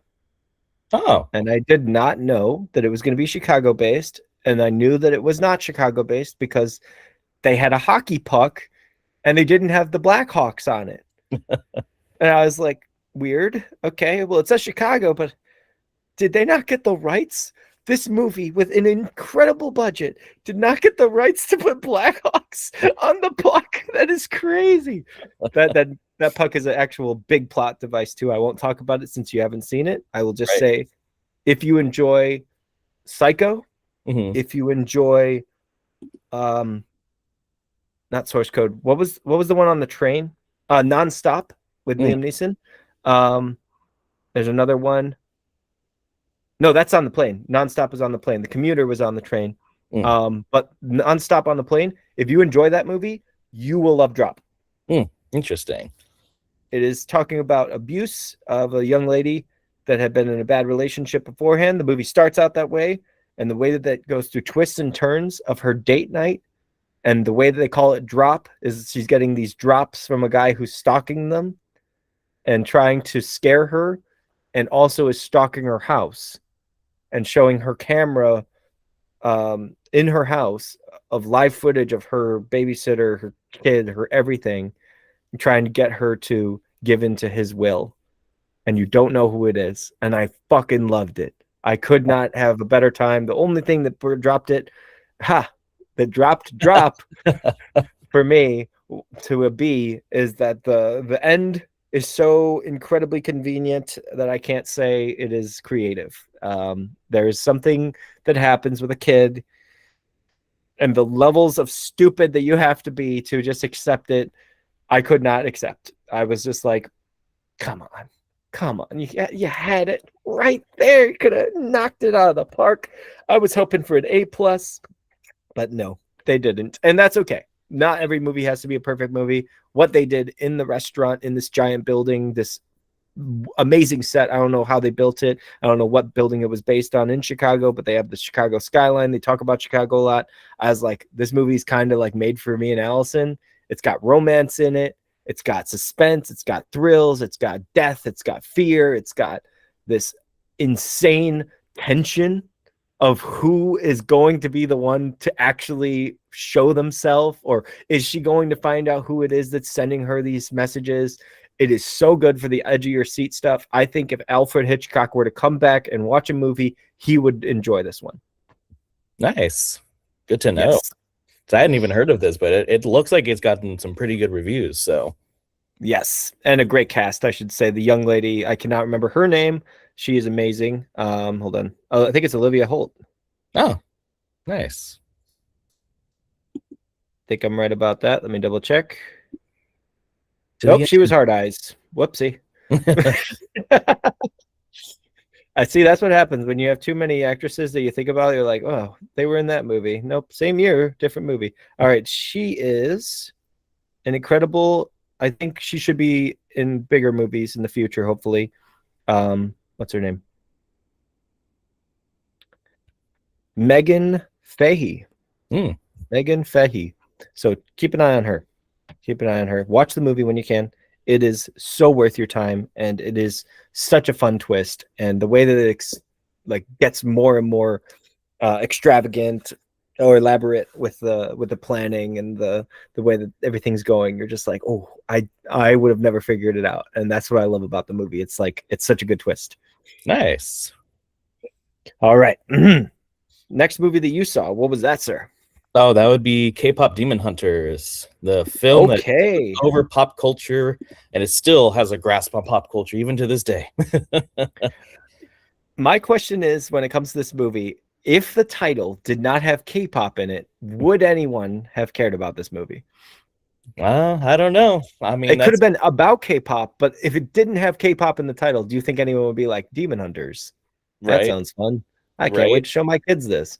Right, exactly. I don't think it would have, at least that initial wave would not have been as fast as it was. Because, yeah, that's definitely a big part of that, because that's a big subsect of a fandom, right? There's the K-pop stans are rabid. They are very much there. So very much had that name alone right there probably was a big part of the hook at first, but especially because, like we were talking about earlier, Netflix content is very much hit or miss. Like, for all the great stuff they come out that's actually surprisingly good, or like Oscar worthy stuff, or like stuff that wins awards, there's like 100 other movies that are just like shit slop that just gets thrown on that platform because they need content for the platform. So it's always hit or miss with like the Netflix brand itself. But I will say I really loved this movie. It was probably the most surprising for me because I went into it really late. Like, obviously, this had a buzz when it first came out and everybody was talking about it. And then the conversation was just like, whoa, no, this movie is surprisingly good. Or like, oh my God, this is actually surprisingly like a lot better than you think. So like, I came into the wave super late because once my daughter watched it and became hooked to it, then there was like no surprise for me. But speaking from the parent angle, and this is something that I've seen with my parents, I'm sure they have the same conversation with their parents too. But like, when your kid latches onto a movie, and like when they're a certain age, especially like toddler age, maybe a little bit older too, but it's specifically toddler age, and you're just like, they latch onto something, or like, okay, like we can watch this and get like an hour and a half of like a break, or of like from the chaos or whatever, just like, even like if it's a shit movie, like remembering the time when my kid was really into the Emoji Movie and I absolutely hate that movie. So having to watch that, like a movie you hate, like 40 times on rotation just because it's the one movie they'll sit still for, and it gives you just a moment to decompress, catch your breath for a moment, or also just, you know, experience a movie together. That's also a Yeah. fun feeling too, even if the movie is shit. But having said all that, when a movie comes along that your kid is into and it's actually a movie you like too, oh my god, it's the greatest feeling in the world. Like, oh, thank god, I don't have to slog through this. I actually like K-pop Demon Hunters, and I don't mind that I had to watch it like 50 times this year, because I actually like the music, I like the story, I like the characters, I like the animation, I like how silly it's willing to go with it, and how like it's willing to just be crazy, silly, fun, but also have some fun emotional stuff there. And the songs are really good too. I will say at this point we are so deep into like Golden has taken over the world. Like it's a little overplayed in my opinion. I think the other Yeah. songs are a lot better now, but it's still impressive. It's still damn impressive how she's able to sing that song. It's really fucking high. So Yeah, yeah. I could say when I saw their live performance, I noticed that they weren't singing it in the same range. And I talked to my editor about it when she was putting that TikTok together. And I was like, can you find the one that's like really, really bad and then just make that like Chipmunks? And she's like, oh, yeah. Okay. I was like, okay, no problem. Let's make sure that this is exaggerated as much as we can, because it is super insanely high Right. in the original version.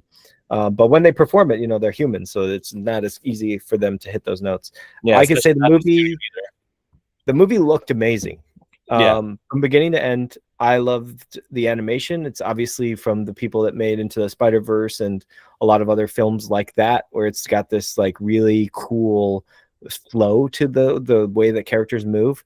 It unfortunately follows that same thing that I hate, though, where every time that a character's mouth is moving, it's not in line with the fucking words. It keeps happening. They did that with the Ninja Turtles, of course, across the Spider-Verse, the Puss in Boots scenes that did that too. I was just like, is that what we're doing? Are we getting ourselves used to the idea that when you put a TikTok onto Instagram, it's always going to be a second off? Is that what we're going to be doing? Is that what we're going to keep playing in our heads? I have like made it a personal goal in my mind to buy all these movies just to fix their audio to be matching their mouths. Like that's all I care about. But K-pop Demon Hunters as a movie, not bad. Very cliche. There was a lot of moments where I was like, okay, I can see where that's going. I had to look up the characters' ages because I didn't know what they were. I was like, could be teenagers, could be high schoolers, could be late high school, could be in college. They are in their 20s. Mhm. And this is my biggest flaw with the film. It's made for kids. We've seen characters in their 20s that have to learn their lessons and make decisions that are really bad. But this girl, the main girl, gets manipulated so easily by everything around her, dude. It's like she's never been through puberty. Like she didn't have anyone question her in her life. And like she has to learn it all. I'm like, she's like 23. Why is this happening to her? Like she should be questioning, like, this demon wants to be friends with me. Oh, it's gonna work out in the end. What? Well, he understands what I'm going through because he has the tattoo too. Oh my god, yeah, sure, let's go with that. He turned on me. Oh, I didn't see that coming. Oh my god, who would have thought he would turn his back on you? And then the reason I talked about it with Exit Allure when I had him on, I said the reasoning that like they have to be a boy band never really got explained in this movie. And I didn't see it when I was talking to him, but now that I've seen it, I'm like, they made a joke and then they moved on. They're like, a boy band? And they're like, how are you going to make sure that works? And then they just do like these sexy poses or something. And they're like, oh, that's going to work. I'm like, that's not an argument. What the fuck? Like, why are you becoming a boy band? There's got to be other ways to haunt the earth. Like, what the fuck, dude? So, yeah, those two things as a critic, I was like, that's so stupid. But then at the same time, I think about it, it's like, it's a kid's movie. Animation is amazing. The end animation, the final big battle, and like making those things disappear. By the way, very grotesquely violent for a kids movie. Like lots of gore, obviously no blood, but lots of gore, lots of people getting cut in half and becoming smoke. And I was just like, wow, we're really going there. Okay, that's cool. I liked the two characters besides the main character, especially the one that was the low voice. I thought it was going to be about her not being able to hit the note for Golden. I thought for sure that the movie was going to play off that one of them was going to have to step in for the other to sing for her.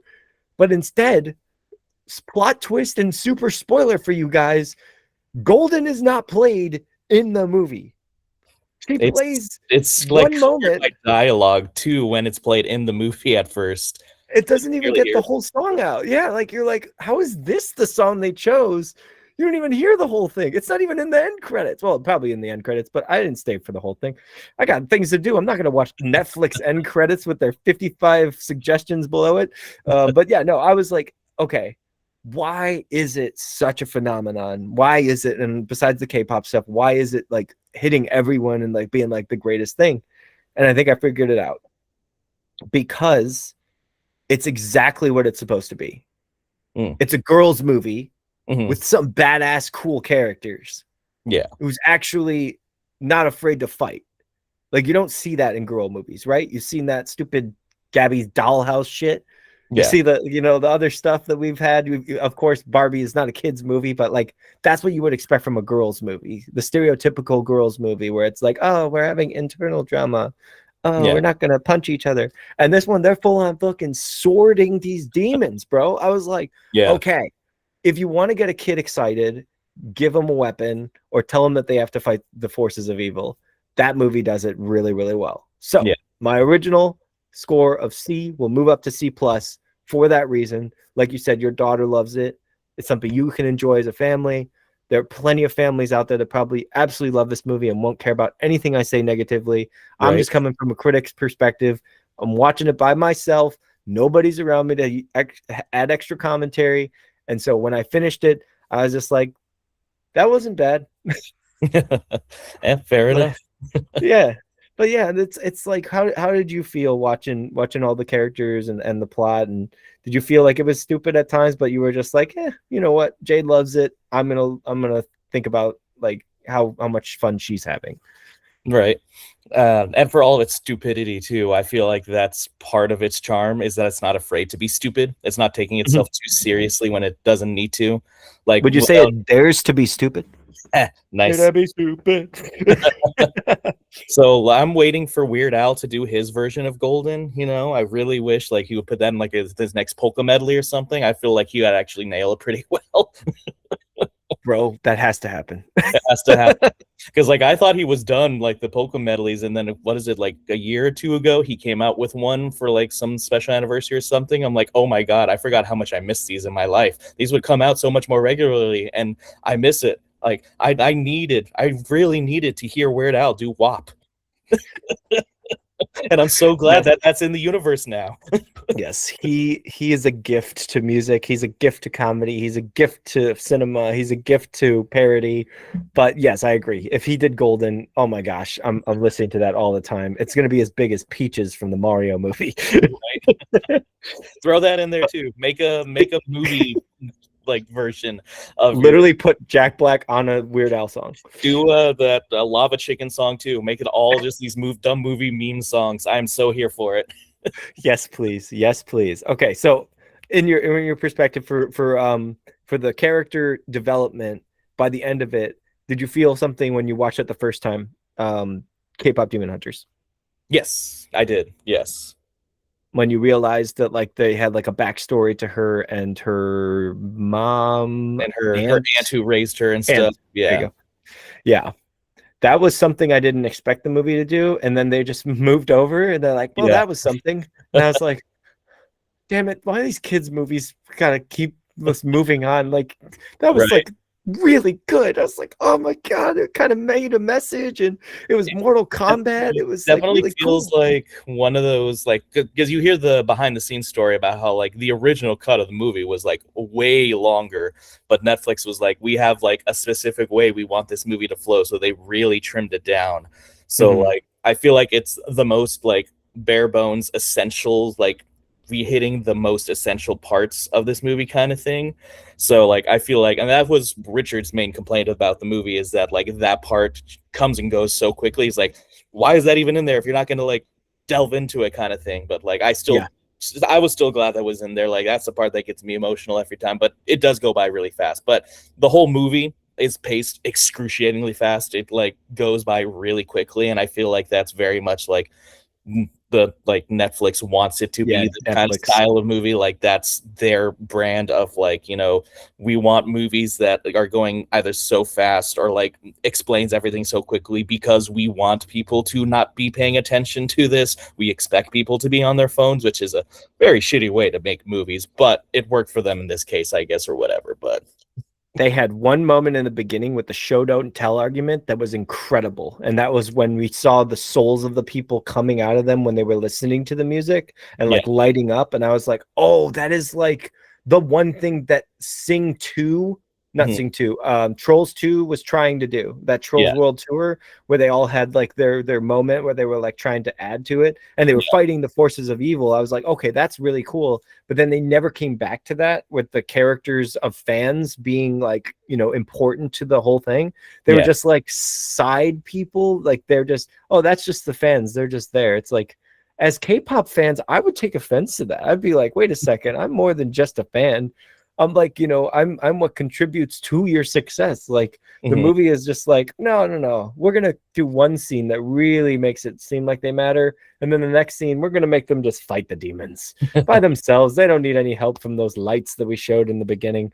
That was my only critique there. But I will say this: as a huge fan of physical media, they have something incredible coming for the whole box set. I think is going to be what it is for K-pop Demon Hunters. Oh, nice. Criterion is releasing an exclusive, Ooh.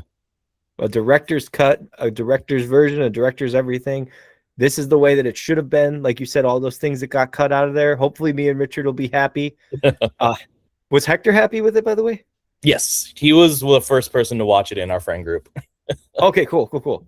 So he got the free time first. I don't know how he does it because he's such an incredible artist. He has all this free time in the world to just catch up on these movies that we're missing out on our 9 to 5 jobs. Right. No, I love it though, and I think it's one of the best animated films of the year, no question. I really love Dogman as a movie for me. But if other people are like, if you want to compare the two, I'm like, okay, yeah, K-pop Demon Hunters is on that level of against Across the Spider-Verse and Into the Spider-Verse as well. So deserves to be in there. Yeah. But the next movie I got here, oh boy, man, we are far up on my list. I'm going to let you finish your list first. Then we'll just go through mine. That'll be easier. Did you see Friendship? Because I saw that one. No, I missed it. That was the guy that's like, are you sure about that? Are you sure Yeah. about that? Yeah, Pretty wild A24 film. very wild A24 film. I watched it on Ali's recommendation. It's very much his style of comedy. Tim Robbins, like his style of comedy, which can be a little tough because it leans into the cringe, awkward sometimes, but it was surprisingly really funny, and just the direction it took was very, very crazy because the whole movie is just him like trying to be friends with his new neighbor, played by Paul Rudd, who's of course Paul Rudd, so he's charming, charismatic. Like, of course, you want to be friends with him. And of course, Tim Robbins is the most awkward, cringe, just bizarre dude you've ever met, and like just the way he plays that character so perfectly. So of course, it creates tension, it creates awkwardness. And just the way it's shot like it's a horror movie, but it's clearly a comedy. So like just the way they lean into that is so crazy, and the bizarre stuff that happens in the movie, you're like, oh my god, like I never would have predicted the way things are gonna go in this. But it was very funny, but also very weird. But that was part of the charm, and that's part of the way that he writes too. So it like, yeah, no, he's playing the same character every time he does this, but god, he plays that character so well. I'm sure it's not much of a character for him. I'm sure that's just how he is. Just a man losing his mind on screen. Yeah, pretty much. And just like trying to do everything he can to be sociable and just failing every chance he can in bizarre ways. Did you like with you said it was a horror like shooting style? Like it almost felt that way, like at times, because it is a 24 film, and like just the way that it was like shot, it had that vibe to it, but it still was comedy the whole way through. Amazing. That is actually a really cool idea, and I think that that's what horror comedies should be doing in the future, because I've noticed recently it's all becoming Scream, and that's okay because Scream is Scream, Yeah, but it's like we not got to every do something, change it up. Yeah, change it up. Make it like Barbarian. If I mm, always think about like a movie that made me laugh out loud because I had no fucking idea it was going to happen, was yeah. the moment that you see, what's that actor's name? You know what I'm saying? From Die Hard 4. As if I don't have it right next to me. I don't. Oh, I said just else. Justin Long. When Justin Long shows up and the movie completely changes genre, I was like, where can we find more of this? The Weapons did it at the end. We'll talk yeah, about that. But like really no other movies are doing that. It's not yeah. like a thing where they're just twisting the expectation. It's just like, cut and paste Scream formula, Hard Eyes, Thanksgiving. It's like super horrific and then also like, oh, it's funny and meta. It's like, no, no, no, no. I want to see something that makes me go, what the fuck is going on? And Barbarian and Weapons we'll get to. That one got me. I was like, this movie is so good, and then it explained itself, which we'll go into. What's your next movie? Let's see. I was hoping Couple. it'd be Weapons. I mean, we could talk about weapons. That's on my list too, for sure. Oh, Okay. yeah, it's on here. Okay, yeah, weapons. Ooh. Very much was surprised by this one. I liked it a lot, and I think I liked the structure of it, like Mhm. the way that we're like following one character and then we switch to another character and we're kind of getting like the story pieced together, like we're getting little pieces of the story as it comes together. And like granted, when you finally figure out the answer to the mystery, it's like, okay, well, that's not like the most original thing, but by the time we got to that, I was already pretty heavily invested in like getting to the end of this, and like I was pretty hooked in. And I found that ending scene to be a very cathartic. I had a very big like grin on my face the whole time when that happened. I was like, oh my god, I can't believe they're going this direction, but I loved it so much. And yeah, like one of those movies where like flawed characters all around. Everybody's kind of a little bit flawed in this. Kind of Yep. interesting to see. Like even our like main protagonists all have like things like, no, that was kind of a shitty thing to do in that situation. Yeah. Bro, the girl is following a child Like, yeah, that's something they tell you not to do when you're and like really creepy. You're like, oh, maybe she's the villain. We're following the villain. What an interesting twist.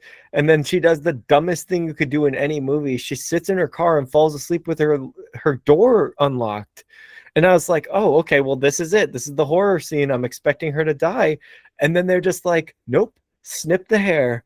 And then no explanation. Now we move on to Josh Brolin. I'm like, what?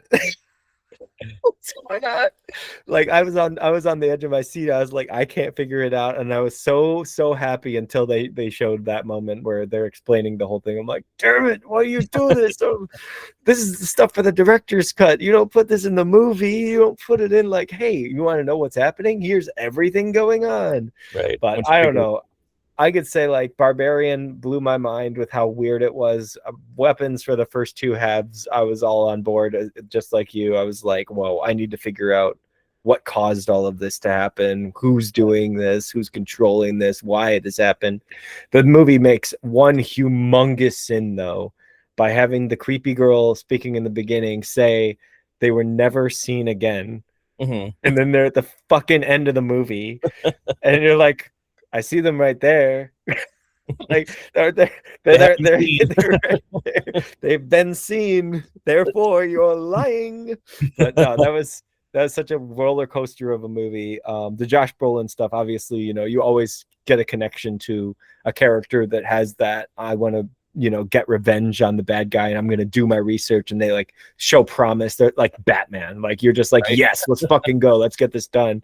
Yeah. And so when you got his part, and then he still couldn't figure it out. I was like, oh, this is so good. I'm so happy with this. Right. When they got into the house and they figured out what was going on, that dude that was smoking weed, The meth fucking figured it awesome. out.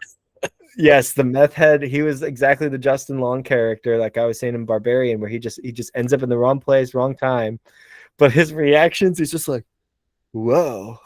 Just like completely no response that a normal person would have, no fear in our eyes. And then he gets the creepiest scene of the entire film. And he's just like, oh shit.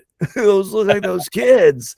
And it's like, oh my god, I loved it. And of course, now let's go to the main actress. The reason that everybody talks about the movie, the young woman from Uncle Buck, out of all things, became a legend in Hollywood in 2026. Right. Fucking 40 years late, but it is so worth it that she got that to be one of the biggest stars of the year. She's an incredible actress, and she committed to this role as the evil witch. Sorry for the spoilers, everybody. It spoils itself by Act 3, so you don't have to worry about me. It does. Plus, you had time. Yeah, she was so good. The outstanding commitment that everybody had, especially the dude that played what's it, Wong from Doctor Strange. Is he's the principal? Yeah. So crazy what his scene had to be, both him with his partner and the one where they're just like seeing him come in from the gas station. That was crazy. And you're just like, whoa, what is this movie? Like, what are we doing? Like, there was no explanation. I was like, damn it. And that explains everything. Right. The mystery was more fun, like not knowing everything. But I was still pretty hooked, so it didn't lose me as much as it sounds like it did you. But still, like, we still have good things to say about it. So of course, yeah, no, it's not a bad movie by any means. I think I gave it a pretty high score here. I got a C+. It could be a B- in the future. I just got to rewatch it again, get the vibes out of the way of that negative energy, the criticism that comes from it. But I will say this: the fucking IMDb, whatever you are, parental guidance people, you suck. I hate when you guys review movies. I always go for those careful spoiler moments, and I open it up, and it's like characters stab themselves in the face with forks, truly grotesque, and seen on the whole time. And I'm like watching it in the movie, and I'm just like, this is it. This is what they were warning everybody about. This is the intense violence that we're talking about here. I'm like, the fucking face getting smashed into the other dude's face is way more violent than this. And you guys made it seem like that was like just another thing besides the forks. Like, I'm like, why is the fork so important to you? So when the forks started happening, I was with Allison, and I was like, oh boy, here we go. I'm prepared for this really hardcore scene. And it's just like, and she's just like, stop. And they're like, I was like, wow, what a fucking movie. What amazing. Whoa, holy shit. Talk about that's gonna scare me tonight. I'm never gonna get through this. Like, what kind of pussies do we have writing these reviews? I swear to God, bro. That's why I was so afraid of all these other movies. I kind of want to watch Hardcore Henry now because I don't think it's that hardcore anymore. Probably. Don't trust IMDb. They're all sensitive over there, apparently. Apparently, yeah. And then Common Sense Media just tells me everything on their political agenda all the time. I'm like, that's not what I come here for. I want to know the movie. And they're like, well, it was a progressive message. I'm like, the movie, please. The movie. They'd be like, Rush Hour is never good for anyone. Common Sense says don't watch Rush Hour. It offends people. Anyway, so Weapons, what'd you give that one? Is that one of your favorites of the year? I liked it a lot, but I think Sinners, Superman, and Naked Gun were like so high on my list, like it's hard to put it up there on the same level. But it was good. Yeah, dude. Fuck yeah. We'll get to Superman when I get through my list, but I will just say that the high praise that you gave it is exactly how I felt. And even with that, it's still not even a B. Because I saw some major things where I was like, wait a second. Is he getting his ass kicked in every scene in this movie? This is not my Superman. This is some bitch. Anyway, okay. What was the next movie you saw, my friend? We want to talk about Thunderbolt since I know that's on both of our Oh, lists. let's go. Let's go. Let's go right into superheroes that actually kicked ass from Marvel. Yes, please. Was once again also surprised by how much I like Thunderbolts too, especially like going in like these are, well, not all of them, but most of them are characters from the TV shows. So it's like this it's already got like, baggage going into it. God Mhm. forbid you haven't watched those shows, you don't know who half these characters are. These are characters that we haven't seen like in what, like 6 movies or whatnot, but my God, they made it work. They came at it from an angle I was not expecting. Like, we're gonna go for the emotional like hook with this, and we're gonna have Florence Pugh like be the emotional center of this movie, and that was the damn right choice, I tell you. It really, Oh, she knocked it yes. out of the park. I was very impressed with just like how much focus she got and how much she brought to that character in this moment too. Like, very much the highlight of the movie for sure. Loved it. Yes. I agree. I agree. Justice for Taskmaster. Yeah. Bro, what were they doing? Like, why would she even be in any of the marketing? Why is she on the cover? I She felt so bad. dies in So like quickly. 2.5 minutes. She's like just dead. You're just like, wait, are we gonna come back to that character? Is she like an end credit? Like she's gonna wake up and be like, I was not dead after all. But no, they're just like, so we didn't like her in the last movie. She's We dead didn't like now. her. We got the fans apparently didn't like her. So yeah, we're just gonna kill off this character with a very tremendously sad backstory. If you remember from her one movie appearance, like, and we're Yeah, just so unceremoniously too. Like they just like, yeah, she's dead. All right, moving on. I'm like, I'm wasted. sorry, what? You could put the fucking GTA wasted on it when she gets shot, bro. Like it is insane how quick that happens. Yeah, that was But crazy. yeah, no. The cast, every single person that was still on screen killed it. I Mhm. loved the villain, hero, anti-hero arguments. I Mhm. love psychological questions and the deepness of that emotional abuse Mhm. and the physical abuse, and everything was all about like becoming your best self by going through the things that you have to go through, coping with major depression, major darkness in you. The Void is the greatest character for that in the comics I was reading. Like Yeah. people loved his character. And so I was like, I don't know how that's going to work with 4 or 5 characters that have no powers fighting against an all powerful being, but it fucking worked. The actor that played him was amazing. Yeah. And I think Bob is going to be one of the biggest people in Doomsday. I think he could play a huge part if they do it correctly. Yeah. Even though I had a real problem with Stranger Things, I think David Harbour as Red Guardian killed it. I Yeah. loved his scene with Florence where they're talking about, you left me, like you don't understand, I was alone, it feels so alone. And then they all go into that internal turmoil as they're getting taken into the void, and then Yeah. they have to fight that. It's like, oh my gosh, what a fucking brilliant idea. The one character that we all unanimously agree with is the worst thing that we've ever seen in cinema is supposed to be, finally. It wasn't a character where they're like, oh, this is General Haldo and you're going to love her by the end. No, this is a woman that sucks from her first scene, where you're just like, God, I really hope she dies. And the way they get back at her by not killing her made me feel so much better, because that's what heroes do. They don't kill the villain, right? You're Yeah. not Superman snapping necks. The actress that plays her is really good. I hate her so much, that character. And I'm glad, because that's how you're supposed to feel. Yeah. But I think that her recruiting was funny. I love that she had those scenes with Bob and she was trying to get into his head and tell him what he needed to be for her, and that he saw through that and made his own decisions. I love Bucky's Mhm. introduction. Yeah. His scene alone was so like nostalgia. It felt like watching who would have teamed up? Oh, Black Widow Yeah. in like Captain America, like that scene, and Winter Soldier. That was great. And obviously Bucky's from that, so it's just like that sweet feeling that you got from that film all over again in this one. And the team was perfect, and then they led into the best end credit scene, which goes into the next film. But what was your overall thoughts on Thunderbolts as a movie, man? I had a lot of fun with it. I was very much surprised that they went with the emotional core.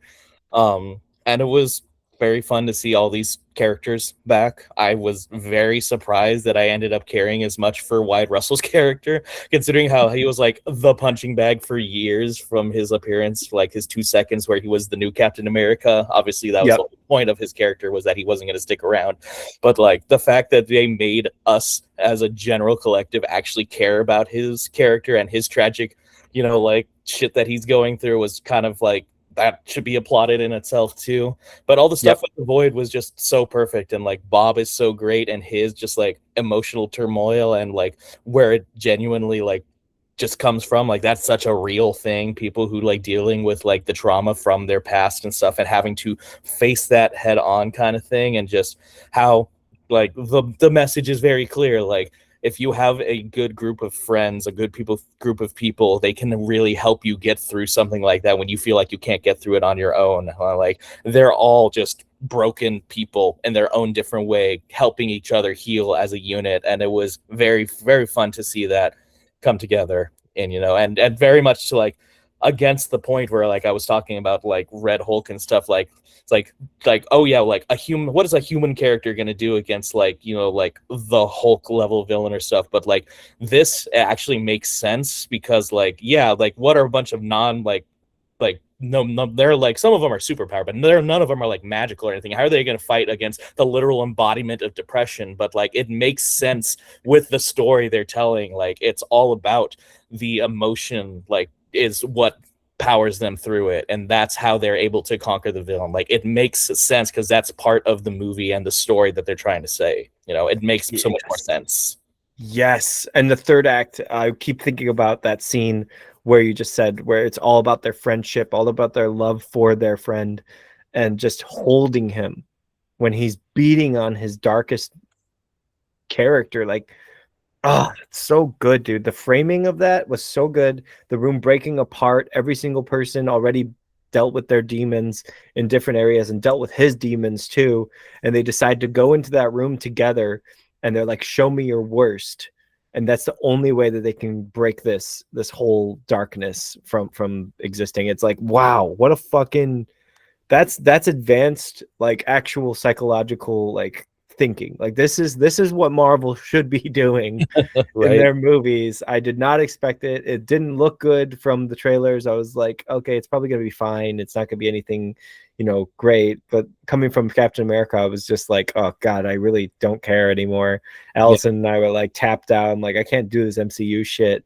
And then right at the end of May or June and beginning of June, we got to see the movie in theaters, and I was like literally in tears when they were holding him, Yeah. as Bob is finally understanding that just beating on himself is not going to do anything, and that demon inside of him is not existent unless he's alone. And it's like, oh, it's like the greatest scene, dude. Like Yeah. that is embodiment of the next phase of the MCU right there.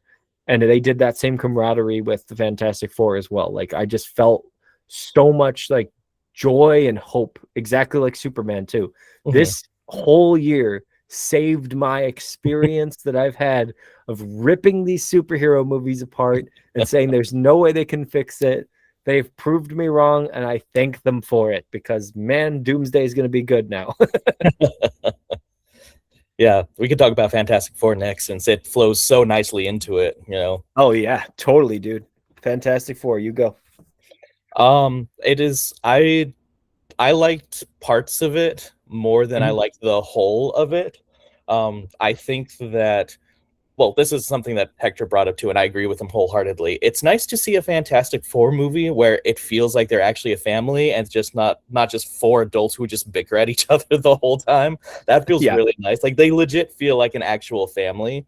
Um, and I loved how they handled why am I blanking on the villain's name? Galactus. Like I Galactus. Yeah, love how they handled Galactus, because like that's a character that I like know very well from like the video games, because like I grew up playing like the Marvel video games, and that character just felt just so like such an intense looming presence that, oh my God, the actor they got for him, just his voice alone is enough to strike terror. It's so such a presence, you know, and I just love how they handled that. Like every time he's on screen, like there's terror. Because like, what the fuck are we supposed to do against this? This guy eats planets for a living, you know, Bro. The fact that the sound design for his character was so terrifying that he didn't even need to speak for you to be already on your edge of your seat. You're like, are they gonna die? I think that dude could literally smash them with his fingertip. Like, you're like, this is a huge monster. And man, did they give him the size that he deserved. He was fantastic. Yeah, like to the point where like going into the movie, I was just like I was convinced that like this was going to be like a super tragic ending. Like I thought that they were going to lose and they're going to have to come to the MCU universe because they fucked up their world so bad that they had to get out of there, kind of thing. Turned out not to be that, but that's like just how like intense the villain is, which is I think is a complaint that I had too, kind of similar. Like they are able to kind of like beat him a little too easily, in my opinion, towards the end of the movie. And I think their plan was a little bit stupid because they established very early on that he knows where the baby is at all times, and they tried to like do the switcheroo. I'm like that was a little dumb. Like I know this is a movie and I know we have to take liberties to create tension and stuff, but like we are spending most of the movie talking about how smart these guys are. That was kind of stupid. Bro, did you like the fact that like everyone agreed with her? Like the whole entire world agreed with her just because she had the pro-life speech. Yeah. Because like ever since we had Franklin, everything's changed. And then everyone in the world has unanimously agreed. Once again, there's no questions, guys. We're just gonna make a teleportation thing so that we can move the earth. And we're not gonna have any backlash. The nations that have been fighting forever, that are just gonna stop because Mr. Reed had an idea. Like I'm like, okay, a little far-fetched. However, Johnny Storm nailed. I loved the character. I really liked that they had Joseph Quinn with his hair, like his normal hair. Obviously he wasn't Chris Evans, but the way that they did the flame effect, I thought was perfect. I could see him talking to Spider-Man in that flame effect. I think it would work. I love the Silver Surfer having a backstory. Finally, we get to learn where they're coming from, and this time it's a girl, and she was awesome too. I love her character. Her scenes were great. Johnny learning her language real quick, sure, whatever, we'll go with it. And then here's the biggest flaw of the entire movie. What have I said since fucking Kang? We have to stop with giant purple dudes being the only villains. Every time they're giant and purple, we're like, oh, they're all the same, all purple. Is this a thing? Does this happen in the comics? Does everyone wear the same color? Is that a thing? I guess it's enough of a thing now that we're definitely referencing it. Did we paint Thanos that color, or was he already purple? Did we just say, I like purple, I want everyone to be purple? They're bad guys, they're purple. Red lightsabers? Maybe it's the opposite. Maybe somebody is like, no, I fucking hate purple, so I'm gonna make all the bad guys be purple. I'm gonna start some purple slander right here in my comic universe. Tired of these fucking purple guys. Yeah, no, purple people eaters, purple world eater. That's what our Galactus is. I loved all of his scenes. Like you said, his voice booming. Did you see it in theaters? No, I saw it on streaming. See it in theaters whenever it comes back. If it comes back, hopefully they'll have something that like leads up to Doomsday where you can catch up with the storyline. Oh my god, bro! The fucking speakers. Yes, they shook the room, bro. You are like, you're not even in 40x, and your seat is like like it's full on shaking. You have no idea what's about to happen. I was so scared. I was like, I think this is where that fetish comes from, where it's like big person, little person thing. I'm like, I think this is where they get it from, because it's very terrifying. Right. Yeah, I don't like them giants. I guess so. Yeah, I had fun with like certain moments, but those like the complaints that we're talking about definitely knocked it down for me. Like obviously it wasn't the worst MCU movie that came out. We already talked about that for this year. And it wasn't the best one because obviously we just talked about that one. But like there was moments in there that I did have fun with it. But yeah, like a couple too many really convenient conveniences to kind of just keep like things moving along. And definitely like, oh, they actually beat him. I'm kind of surprised. Like that's kind of the complaint. I had that same feeling when I watched Ant-Man Quantumania, where I'm like, oh, he actually wins against this guy. I thought he was supposed to be like Oh yeah, so powerful. Like Kang versus Star-Lord. yeah, Yeah. like how the No, not fuck did Star-Lord, like Ant-Man. and how did Ant-Man defeat like the next Thanos level villain? That's crazy. Like watching just the Fantastic Four able to defeat Galactus was like, oh, okay. I mean, I guess not what I was expecting. I was like, especially just how much you built him up for this movie alone. Like I thought it would take a little bit more work than that. And like you said, a couple conveniences. Like they learn things pretty fast. They take care of things pretty fast. They yeah, the world seems pretty on board with this very quickly, especially when like a couple of scenes before they were very much not on board.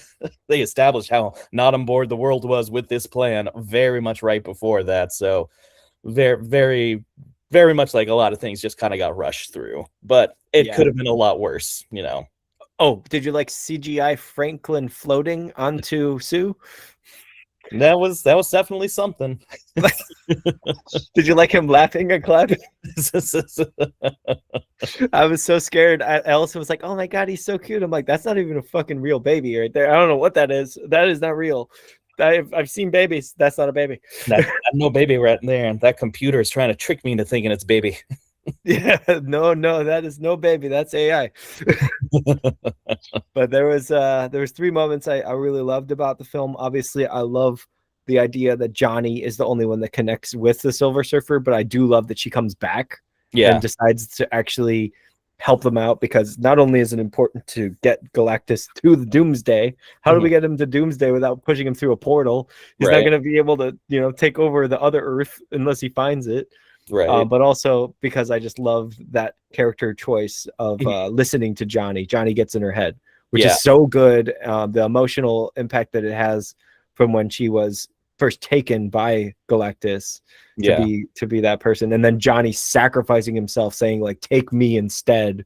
Let the baby be. Let my Earth go. I'll be your next Silver Surfer." I was like, "Whoa, that is a fucking hero right there." Yeah. And he's not just sitting in a hot tub with a bunch of hot chicks in the middle of a snow ski resort.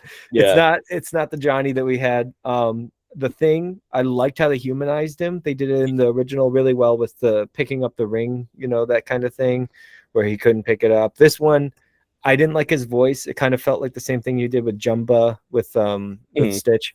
It's like, the character, what they're supposed to sound like. And I instantly think of, the original actor, and I was like, it's not that. But the way that they made me like him, the way that he was so open, the way that he had a little bit of a love interest too, I was like, okay, I can get on board with this.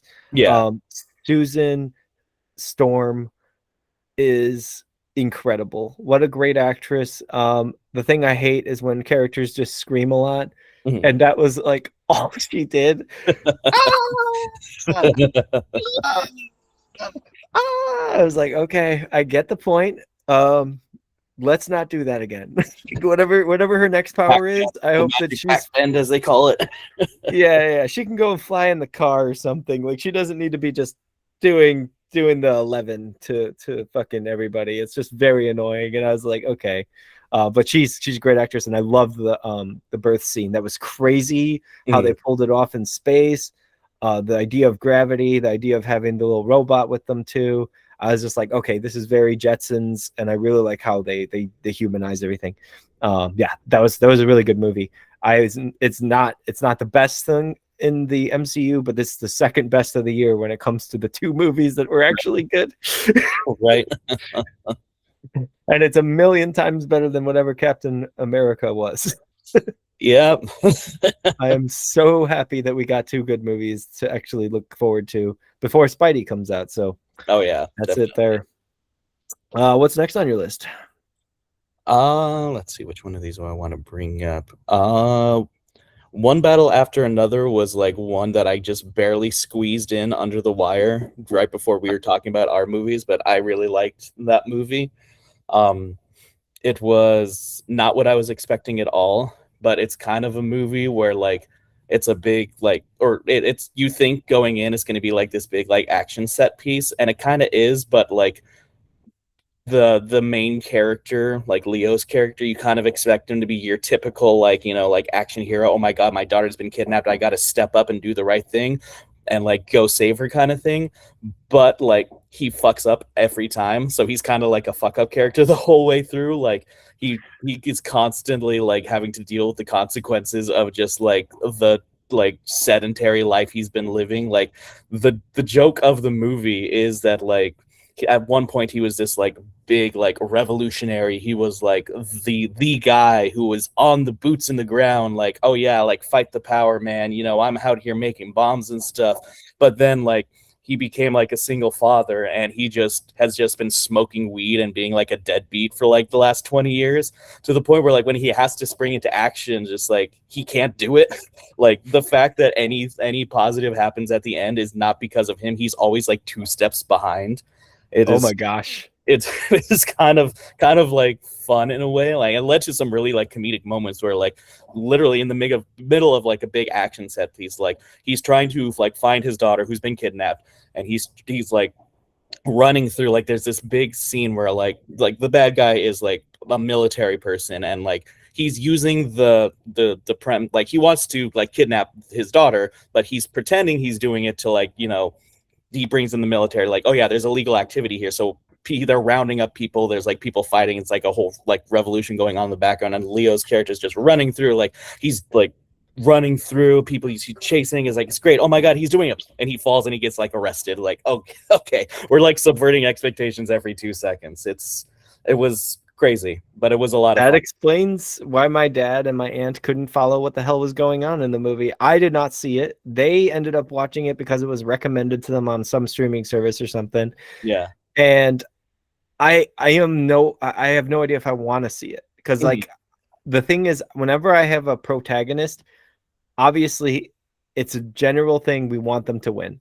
Right. So having anybody that like just sucks the whole time, that sounds like pure torture. It sounds like a sadistic version of a hero story. Like, right. Oh yeah, well he's gonna get the power, but he doesn't know how to use them. It kind of feels like what Hancock is, but without the cockiness, just like a complete loser. And it's like, I don't want to see. I mean, Leonardo DiCaprio is an incredible actor for one. Yeah. I don't want to see him as the underdog. Right. You're still rooting for him. Crazy.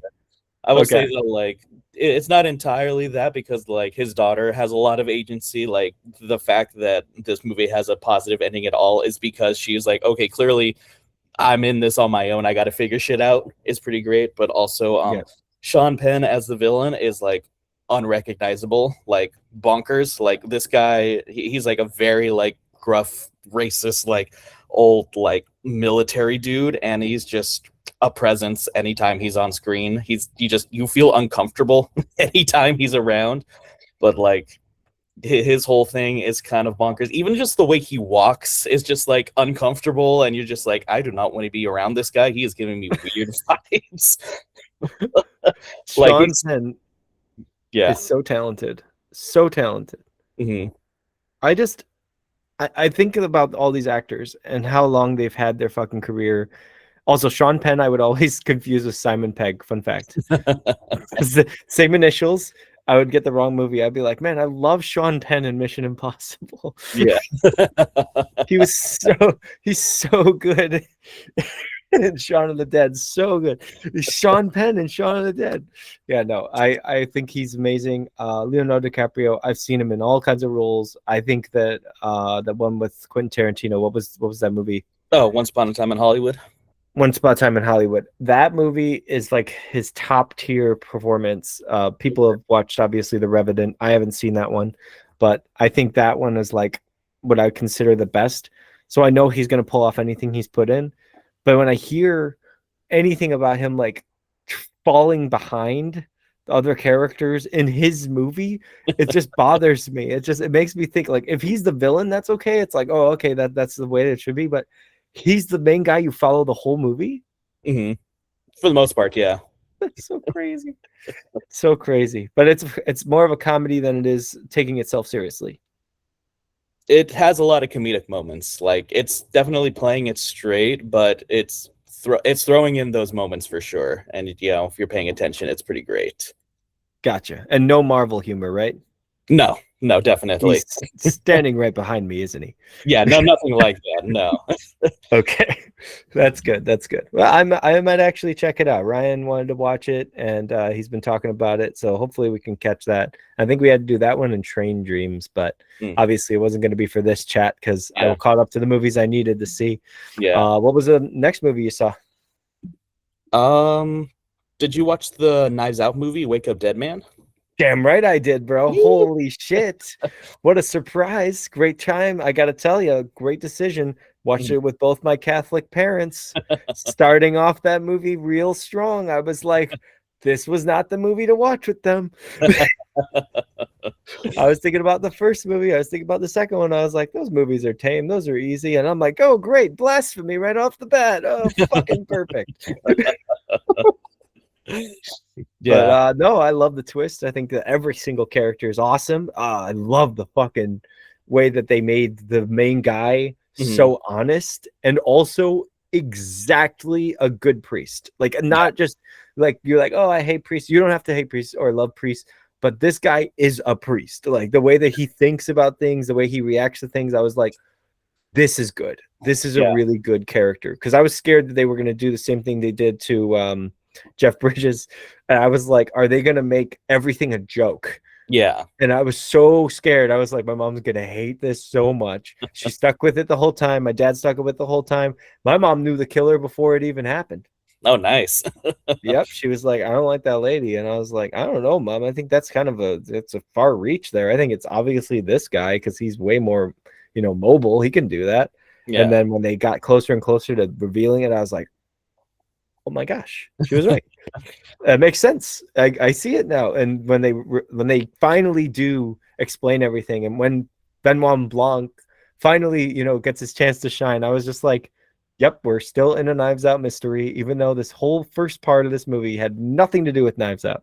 Yeah. I thought that was a very fun choice to have, like, because he's very much not the main character of this movie. Like, the priest is the main character of this movie. Yep. And having the whole thing go through his perspective was really great. And I love how they handled all that, because like it would be very easy for this to be a very heavy-handed, either religion is great, no questions asked, it's amazing, or religion is shit, there's nothing redeeming about this at all. But the movie chooses not to do either of those. It chooses to show like, yeah, there's bad things about this and there's great things about this, and we're going to show you both in this movie. It's very, very nuanced, and I feel like it aligns very much with like, I'm sure how like most people, especially how I feel like about religion. Like I've lived in a world with religion. I've lived in a world without religion being a part of my life. And I feel both ways about it. There's good things, there's bad things. Like, like their conversation that they had, like talking about like, well, how do you feel about like religion and all that stuff? And Benoit Blanc's like, oh,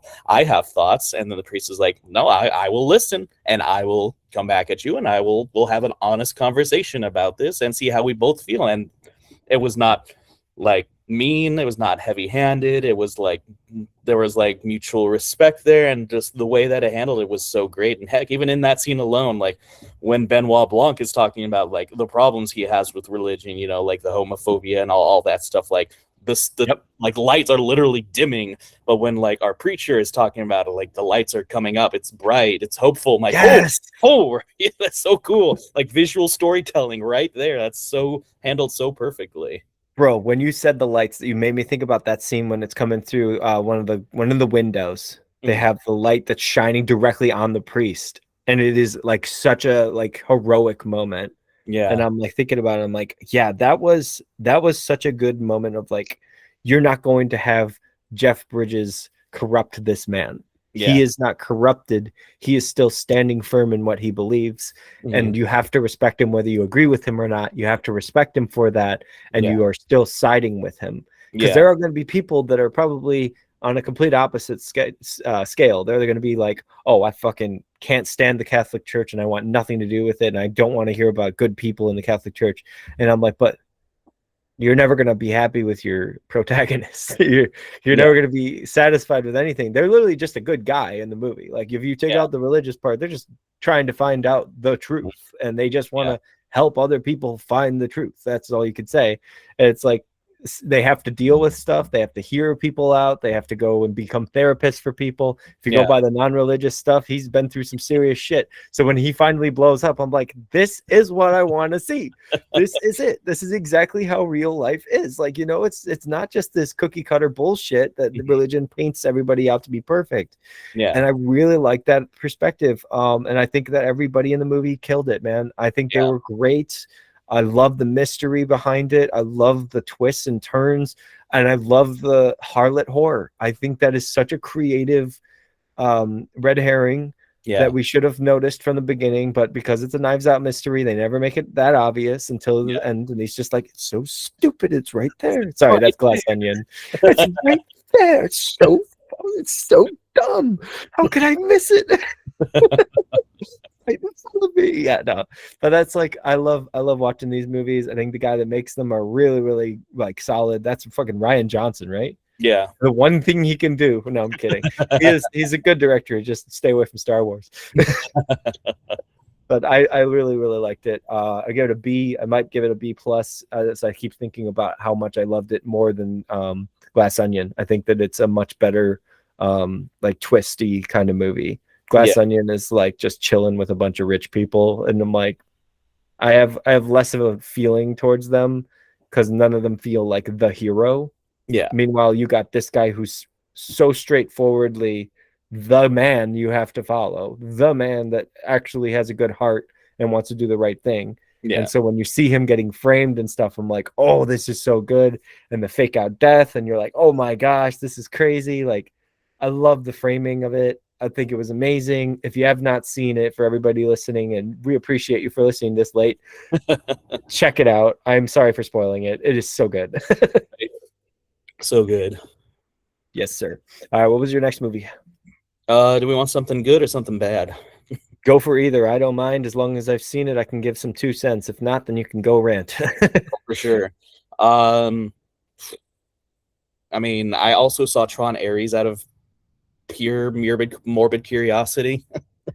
And so you had a good nap. How was it? Yeah, pretty much. Like, if you want to get the best part of this experience, just put on the soundtrack and just put on red lights in your room, and you'll get a much better experience than you would get out of the movie. That's all you really. Amen to that. Like, I understand the point of his character is he's supposed to be like robotic. He's a computer program, so of course Jared Leto is going to be a bit like robotic and kind of boring, but you shouldn't have the whole movie based off of him. Like, he shouldn't be the main character if, you know, it's going to be that uninteresting of a character. He is so monotone and so boring in this, like, despite all the like visuals and like the amazing soundtrack, of course, because, you know, Nine Inch Nails, how could you not love it? But like some of the like visuals in the computer and stuff, it looks cool and stuff, but it's not enough to justify the entire movie. Like, even him like being the main character kind of boring. You have all the other characters very uninteresting. I felt myself like really checked out. Subplot of like who's gonna own Tron. I was like, why do I give a fuck? Like, what is this supposed to do with the movie? Like, this has nothing to do with the story that we just had on Legacy. We didn't even go into the real world in Legacy. Like, are we even a sequel at this point? What are we here? Jeff Bridges once again shows up for a very nice cameo. Right. I liked him in this movie more than I liked him in Wake Up Dead Man, because you're not supposed to like him in Wake Up Dead Man. His character's funny for being as honest as he is. Josh Brolin, I think, in Wake Up Dead Man. It's just not the same. Yeah. Hold on 1 second. My earbuds have given up on me. Oh, no. It's time for headphones. Oh. Let me grab them.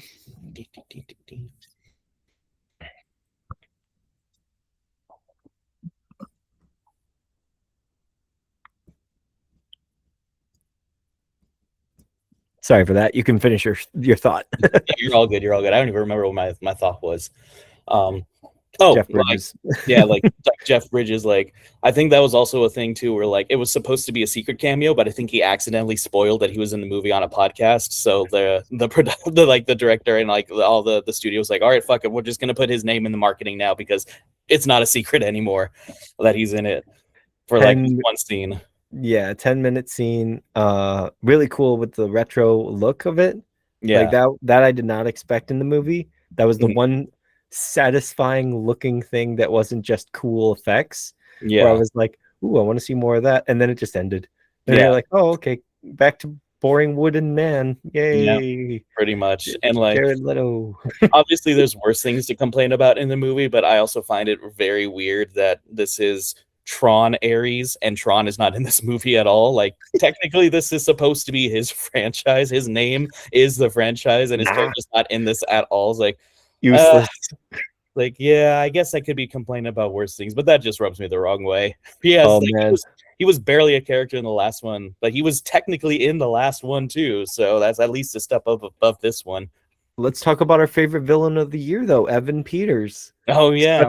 Such a great villain, mommy problems, and Uh, accidentally shoots his assistant. And that was a choice. I'm like, okay. Like, I was like, where's the tension, and why do I care more about Evan Peters than I do the fucking protagonist? What is going on here?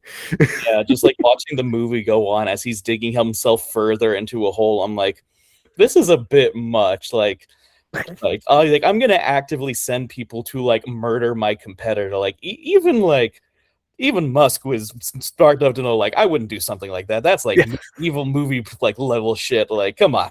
This yeah. is a bit much, guys. No remorse, just leans into it like the motherfucker in Kick-Ass 2. Like he has Yeah. no question about his actions. It's like, I must do this. It's like, but why? I And must be also evil. they had that one cool bike scene, right? We all saw it in the trailer and it was in the movie, and you're like, whoa, they're gonna use that laser light thing to cut things behind them. Never happens again. Yep, that was it. They just shoot out of a little tube and then they become like Mario characters, I guess, or they look like fucking Pac-Man. I don't know, man. It was weird. And I didn't have any interest in watching it again. I Yeah. fell asleep for about 15, maybe 20 minutes of the movie. It was when the first time that we watched him decide that he doesn't want to follow the instructions or whatever it is, and he's like, I'm gonna do something else because I'm not feeling this. And they're like, but you have to. And he's like, I don't feel like I want to. I'm a sassy robot. I'm not gonna do things that way. I'm gonna disagree with you. And then he just shows up in the real world, and you're like, just stay in Tron world, dude. You don't need to be there. It's a lot more interesting there anyways. Yeah, how is it that Jared Leto looks much, much worse in a movie where he has so much more screen time? He looks, I think he had less to do here than he did in fucking Morbius. He had way less to do here than he did in Blade Runner, where he just kills himself as a blind man. There's nothing that he does in this movie that makes me think, wow, that was a cool scene I want to see again. Like, I don't have any connection to his character, and Yeah. it came out on my birthday. Thank you, Hollywood. You had to drop one of the most boring sci-fi movies on my birthday. Kick-ass soundtrack, though. Yeah, I will never talk shit about Hmm. the soundtrack of any of these movies. They're solid, dude. They know what they're doing. Oh yeah. So I say I think I still have I have the Tron Legacy soundtrack on vinyl back over here. Woo-hoo! It's so much. Tron Ares. What did I have here? A C minus? Get the fuck out of here, Dan. You have a D right there, my friend. D right there. Tron. No, thanks. Ever again. Don't do it. Stop making these. And please stop owning the IP. Just let it go. We don't need it. The 80s have died long ago. They can stay there. We Yep. love it. We want it to see in, like, rejuvenated form. Not this. Don't do this. That was terrible. Anyway, what was your next movie? I don't have a lot to say on it, but Spinal Tap 2, I barely squeaked in at the end of the year, but I The think End Continues is what it's called, or something like that. yeah, Spinal So Tap 2, funny. The End Continues. I am very glad that I watched it before all the shit with Rob Reiner went down. Rest in peace, Rest in peace, legend of cinema. Like, so that I had the chance to just watch it as a comedy and not Mhm. as, oh, this is like the last movie we're ever going to see from him, and he's featured in it as his character so much. So like, if you haven't seen it yet, you're gonna unfortunately be watching it with that mindset, as because of the whole thing going on. Yeah. Obviously, I went in knowing that it's not going to be as good as the first one. The first one is one of my favorites. It is hilarious. It is a great, just like mockumentary of that it's just so amazing. I knew that was not going to live up to that expectations, but it was still really funny. It was really fun seeing these characters back again, and to see how they played with the jokes that, of course, they're like 30 years older and stuff. I think my biggest complaint with it is that the first movie they moved around a lot because obviously they were on tour, so there's a lot of different locations, a lot of different spots for comedy. And this Yeah. one, the whole thing is that they're just rehearsing for one show, so a lot of the movie is spent at like in a rehearsal studio, so you don't get a lot of like different like scene changes. A lot of it is kind of just Was it made COVID? Oh, I don't think it was made in COVID. I think No. it was made fairly recently, but obviously because that's the whole shtick of the movie is that like apparently in their contract they have to do like one show or something like that. So they're just practicing for this show. And I think what they try to do is they have like celebrity cameos come in and stuff to try and like shake things up a little bit, but it's Mhm. all basically just in the same location. But the ending, like when they actually do the concert, is really funny. Elton John has a really funny cameo in the movie. Paul Yay. goes up for a little bit. Elton John is hilarious too because like something goes wrong at the concert and Elton John is part of it, and like seeing him play just furious, like at the end of the movie, he's like, "Fuck Spinal Tap, fuck these guys." It's so funny to hear Elton John talk like that. It was Yeah. pretty funny. That So that sounds was great. that No, was pretty much it. Yeah. no, Rob Reiner, an incredible director, incredible screenwriter. Like everything about that guy's legacy is on Allison's like, filmography that she owns. Like, man, I got her the 40th or 35th or whatever anniversary of When Harry Met Sally Mhm. before all this happened, and I didn't even know about Spinal Tap being like his baby. I didn't know that that was the first thing that he ever came up with. It was completely improv. And then they made the Criterion for it that just dropped, I think, last year or 2 years ago. Yeah. And I started seeing it everywhere. And then the End Continues one started popping up at Barnes and Noble. And I was like, wait a second. Wasn't this like old as shit? What do you mean there's a sequel that just came out? Like, that's crazy. And yes, unfortunately, the last film that he would be seen in, but still, it's like his baby and his finale at Yeah. the same time. Like he went out with the biggest bang. Obviously, he didn't know that was gonna happen. These fucking assholes, Right. stupid Trump and his stupid Trump derangement syndrome bullshit. Fuck Right. you, Trump. But anyway, there was something where he was probably in his mind thinking like, this is where it began. I would love to return to this. And then he was probably given limited resources, which is crazy because he's fucking Rob Reiner, but he's Right. given limited resources. So obviously, studio is main location, except for the final finale. And I think that would probably not matter to most people that aren't critics. So I think that they probably still had a great fan base of the original people, and that I think it's a great 1-2 punch. Have you seen the original recently? We rewatched it for the podcast a couple years ago, but it is one that we've watched a lot. So Okay, cool. I'm gonna have to listen to that podcast episode too, because yeah, I now really, really respect his work, and I didn't know how much was involved, especially for When Harry Met Sally. He met his wife on set, and that was like kind of their love story, and their yeah, their whole thing was based on that. So I was like, wow, this is such a tragic loss yeah, for cinema and for people that like have a dream and like you just want to put your heart and soul into what you do. And obviously, Spinal Tap was such a fucking crazy idea to just have improv comedians play a right, play a metal band. And for the longest time as a kid, I thought that was an actual band. right. A lot of people did. It sounds so real. Too fun, like having been a part of the actual metal scene now, like actually like done shows and stuff. I'm like, oh, this is even funnier. That's why Especially it's so great. It works for all musicians and fans of music. It's just so cool. yeah, I love too that they went like it's not just like I mean like rock band like metal band, but like they could have done it just with like a pop act or they could have made them like a rock act, but like the fact that they're metal makes it really funny because like it's so serious and they're taking the music so serious, so that way when the facade drops when something fucks up it's twice as funny because like it's supposed to be like ooh like it's all devilish stuff, we're like so evil, like and then like Stonehenge is that big, you know. Like it just makes it that much funnier. Awesome, awesome. Well, I'm glad you had a good time with it, despite its flaws. It was still something that you could laugh at and have a good time with, and Yeah. it was prior to the incredible loss that we had from Rob Reiner. What was the next movie you watched? Wicked for Good. This the I'm sorry. We I thought we were going through good movies. No. All right, Wicked for Good. What do you think? I mean, I went in already knowing that I was gonna like part one more. I liked part two, but not nearly as much as part one. But I knew in going in that was gonna be the case. Especially because like having seen the original musical, like that is literally the complaint that even fans of the musical be like, yeah, the first half is much better than the second half. Second half very much feels like trying to squeeze in the Wizard of Oz lore into this movie.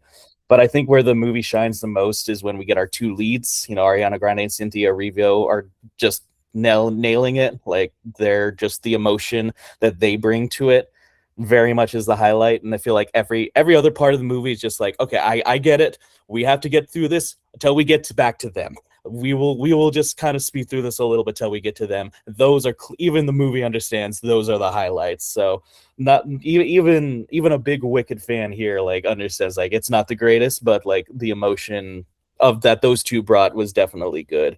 And I got to hear my favorite song, which was "No Good Deed Goes Unpunished." That's always been my favorite from the musical. So I knew you like that one. I knew she was going to kill that one because that was always my favorite when I first heard the musical. So that's when she's making her castle, right? Yeah. That's such a good song, actually. And I think about it. Yeah, that's like my favorite cinematic moment of the film. I also really like what was the one that they did with Jeff Goldblum? Oh, Wonderful. Wonderful. Yeah. That one was a nice scene. And then it follows up with the worst thing ever. And I was like, what are we doing? And then they were like, but what if Elphaba got to fuck? And I was like, I don't need that. And then they're like, what if a Mean Girls catfight happened? And I was like, I don't like that. And then they're like, what if they never get along for the entire movie, but then they see each other and suddenly decide to sing together? And I'm like, I really don't like that. And they're like, and what if she decides to die and doesn't die anyway? Yep. Oh, I don't like that. Oh, okay, cool. Then you don't like the movie. Yep, I do not like the movie. Which, to be fair, even complaints that people had with the musical too. So hey, at least it's on brand with the original. That's good. That's good. Yeah, because I was roasting the first one. I will have to roast this one as well. I will say the best part of the entire movie is the Scarecrow transformation. I like that. Yeah. I don't like how the final result looked, but I liked the idea of making it into a horrific event of him turning into that character from being such a slave to Elphaba's sister, who has no name in my mind. But it was brutal. And I was thinking about it and I was like, I never really got to understand why Tin Man would be upset with the witch. And when he was full on furious at the end and he's just like, I'm going to cut her head off. I'm like, let's fucking go, man. I get where you're coming from now. Obviously, you're supposed to be on Elphaba's side, but I'm just like, okay, well, in this case, I see where he's coming from too. Yeah. Glinda, like when she's first shown in the trailer and she's like, Elphaba, come over here. Don't let the monkey see you. I'm like, just take that fucking clip and put it on TikTok. Just tell me that's not viral already. How stupid can your trailer be? That's an actual line that you chose to put in your trailer. Don't let the monkeys see you before the monkeys find you. It's like, oh God, that's so weird. Ariana Grande, she's a great vocalist. I will never give her anything but respect for her music. I hate her as a person. She's an okay actress, and her character is god awful in this movie. I really love her in the first one.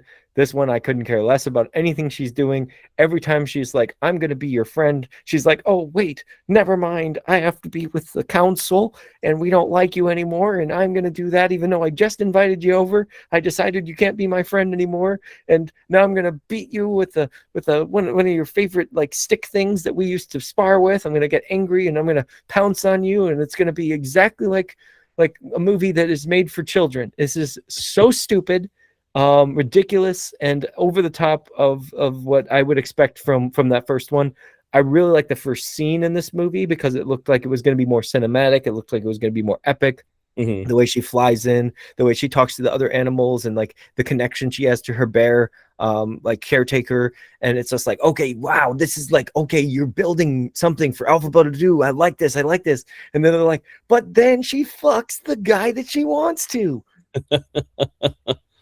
That's not what I come these like. Okay, maybe this is a woman's fantasy. That's fine. That's what they see. Okay, cool. Can we move on from that? No, that's all they ever care about. Then the girls fight over the guy.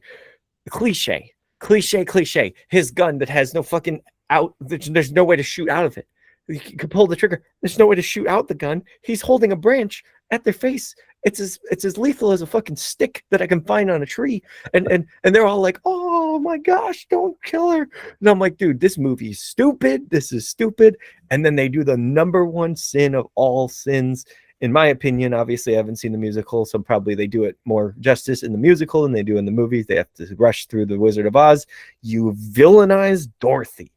Why would you do that to one of the most beloved characters in all Hollywood and all of storytelling? We know it's a political allegory. Doesn't matter. Dorothy never did anything wrong, and you make her into a horror character that just throws water and kills Elphaba.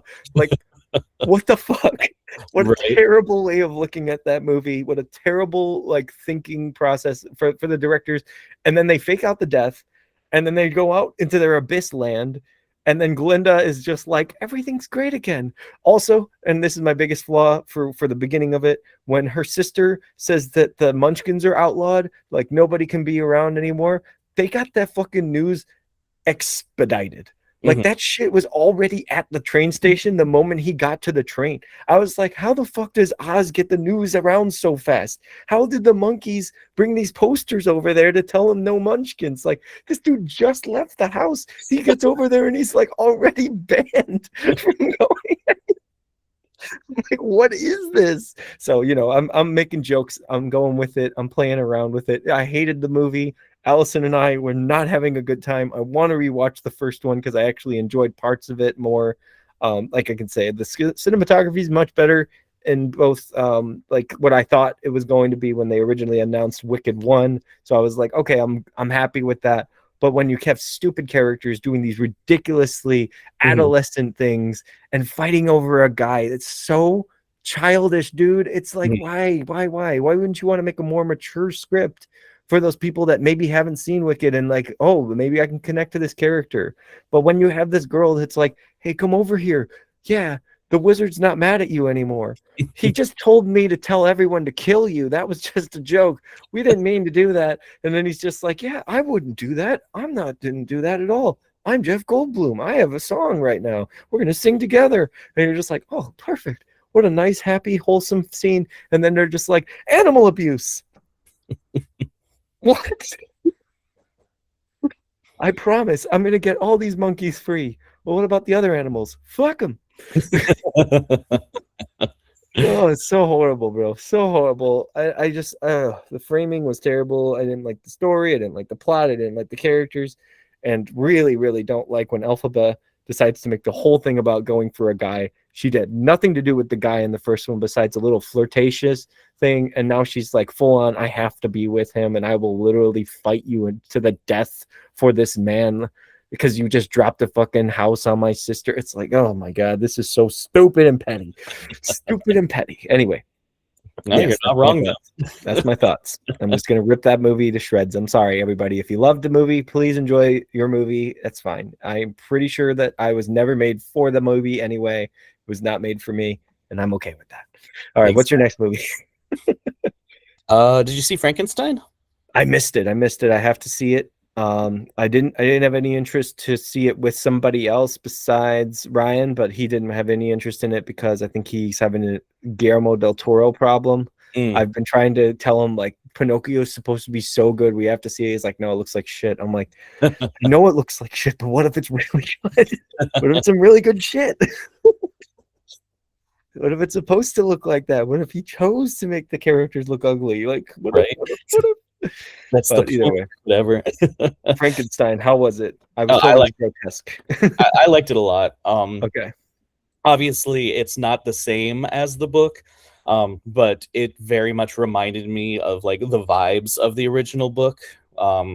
Very much like following that original storyline, not so much like how we think of Frankenstein now. You know, like the character as portrayed in like movies and stuff.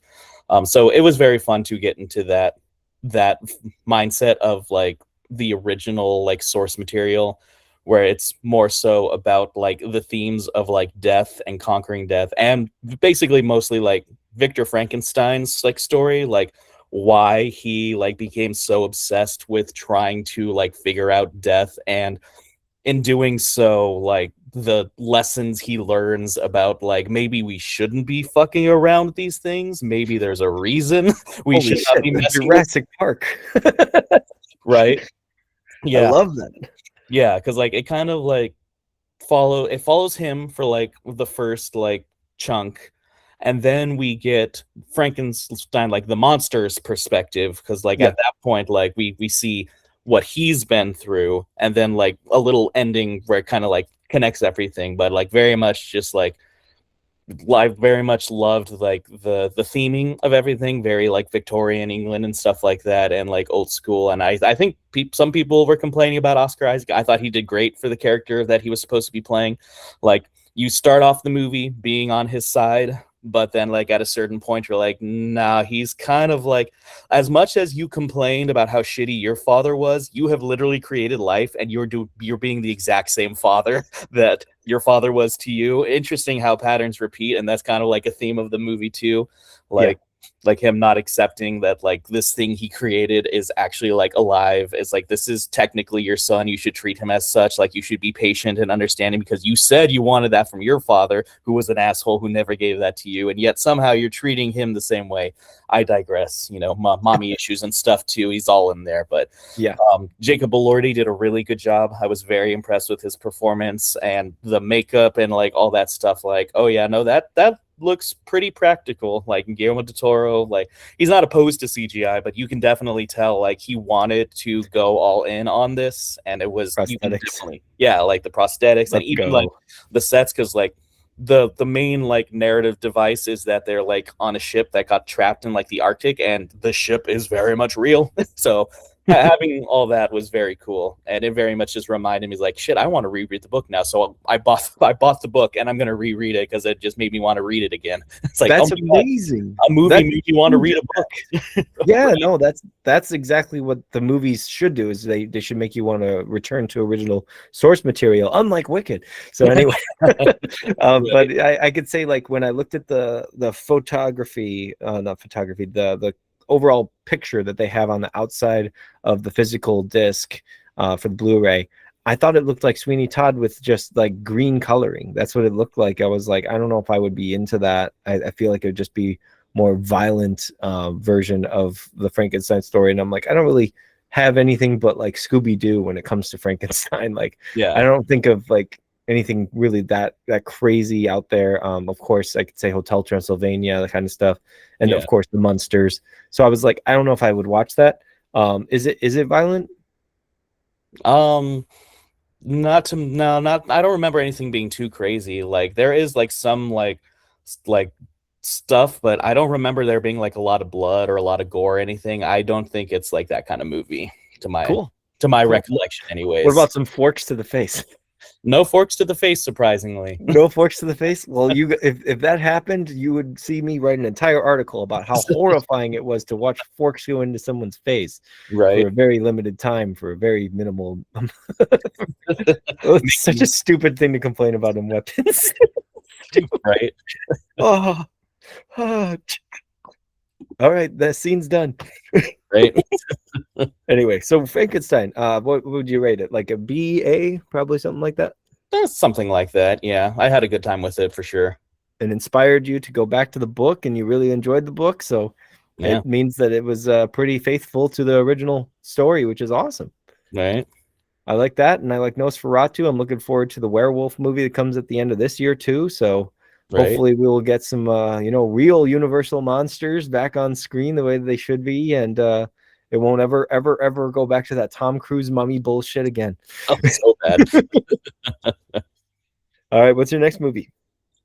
Um I mean, I get it. I did mention War of the Worlds, but it's literally one sentence. This movie is bad, just as bad as you think it is. Maybe even worse, actually. Don't watch it. I was like, I didn't even finish it during like the big action scene that's supposed to be like the culmination of the movie. I was just like, I'm so checked out. I'm on my phone now. This is like, yeah, it's not even fun to watch to make fun of. Just watch the Oh, YouTube videos that are they're oh making yeah, fun of it. You'll get a much better experience. that's exactly what I did. I watched Cosmonaut Variety Hour. I love him. And then my favorite critic on YouTube now is Dan Merle, and Hmm. he did an entire breakdown of Hmm. the movie, which Yeah. he got so many more views than any of his other reviews on because he was extremely negative and sarcastic the entire time. I Yeah. will never forget seeing him grow finally to the level of like Chris Stuckman with that review. Right. And I was like, yes, Yeah. Dan deserves this. This Yeah, is the the one movie. I watched was the Drew Gooden one was pretty fun too, where he just talks about like he just hits all the highlights of or lowlights of this movie. It's so bad. I just everyone talks about the time where his son almost dies, and his like reaction is like, "Oh," it's just like completely uninspired. Yeah, you could tell that they didn't care when they were making the movie, and it was obviously pandemic time, and they didn't have an idea of what they wanted to do to make it any better than what it was. So they were just like, let's just put it Okay, out on Amazon. you can rest easy knowing that Amazon is not or the government is not spying on your Amazon cart because the movie wants you to know that they are not doing that. Definitely not doing that. Oh man, what a crazy idea to have that as the best and worst movie of the year for a lot of people. It was the best because it was like the greatest thing to talk about for a time. Yeah. Everybody was talking about it. I remember the pitch meeting that came out was like one of his first ones when he came back from his hiatus. I don't know if you heard, but Ryan George, the guy that runs pitch meeting, his father passed away. Mm. And so he had to deal with that. And then he came back with blonde hair. And then he has a joke in that pitch meeting. He's like, "Hey, what happened to your hair?" He's like, "What? My hair's exactly the same as it always is. It's always been this way." Nice. I love it. I love it. Anyway, what's your next movie? Caught Stealing, which is a movie that I remember seeing the trailer for this a bunch and being like, I don't know if I'll catch this, but my sister told me was actually good. I should check it out. I feel like it's kind of going under the radar now, but like it was surprisingly fun, but a little bit crazy. Like just just one action happens this one dude, Austin Butler's character, he's just living his life. He's like a bartender or whatever in like this like little London town, and then like his best buddy shows up and it's like, hey, listen, I did something bad, just hold on to this for me, and he takes off, and then everything goes wrong from there. Like all of a sudden he's just caught in the middle of something that he did not ask for, and everybody's trying to find him. Like there's like 5 different gangs that are trying to catch him. There's police that are trying to catch him. Bad Bunny's trying to catch him. I forgot he was in that. I'm like, oh my god, I forgot he was in that too. I saw that with my dad. I was telling him this is gonna be a fun thriller. Like, oh my gosh, I can't wait. I'm thinking it's gonna be like Taken or like maybe like a crime thriller. And technically it is. Yeah. There was so many like dark, depressing moments. Right. I was just like, maybe I picked the wrong movie. And then I get one character duo where I'm like, whoa, finally some fucking humor. And then they end up, spoilers, being the bad guy. And I was like, yep. Like, god damn it. Damn it, so this in fucking movie. The one glimpse of hope, and you kill it because you make him the one that murdered his girl. Damn it. right. Oh, I was really mean, hoping for his revenge streak. Yeah. There was one moment that I really hate in that movie. Happens in a lot of movies now, I've noticed. You show me a character that knows how to fight, and then the next moment you have them running away from people. I'm like, he knows how to fight, just fucking fight. Right. Like you saw him punch. He had some good punches, bro. He had some good swings. I was like, okay, well, that's great. And then he's like, I gotta run to the car. They're coming after me. It's like, fight them. Holy shit. Right. You're not a little damsel in distress. You're not a little pussy bitch. This is not the Lego movie. You don't have to be afraid of everything. You can kick ass. Right. And they keep doing this to characters where I'm like, if you show me them fighting and they're not going to fight in the next scene, just don't show me them fighting in the first place. Stranger Things, going back to that again, Dustin in the first episode, like I said, he's angry, he's bitter, he's got problems, he's completely opposite from his usual character. He gets in a fight and he's pulling some amazing punches. Well, not pulling, giving some amazing punches to all these bad guys, these bullies, and you're just like, yeah, get him. And then, you know, he gets his ass kicked and you're like, wow, I can't wait for him to fight again. Never happens again. Like, all that effort, probably weeks of training for that choreography to get, you know, everything right, and then he doesn't even do it again. Like, fuck you, Duffers, fuck you. This keeps happening. Anyway, Caught Stealing, as much as it was a dark movie, it was something that I don't personally enjoy because I don't watch crime thrillers. I now am realizing that there's a lot of the same thing that is like a common trend, is that they're supposed to be this way. So I can't judge them based on how I see them because I'm very fresh to it. I think Baby Driver should be the exact prototype of every crime movie. Like, if it doesn't have 15 needle drops, I'm not interested. You know? But I feel like also I'm just so out of it that I would never really get it. But I have this movie called Thief that has James McCann, I think, something like that. The one that plays Buddy the Elf's dad. I have to see that, and I think that'll like open my eyes to what original crime thrillers were. Because when I watched Taxi, it was the same as watching Caught Stealing, and I was just like, yeah, I don't like this. I don't know if I'm supposed to. It was a very stressful viewing experience, I will say.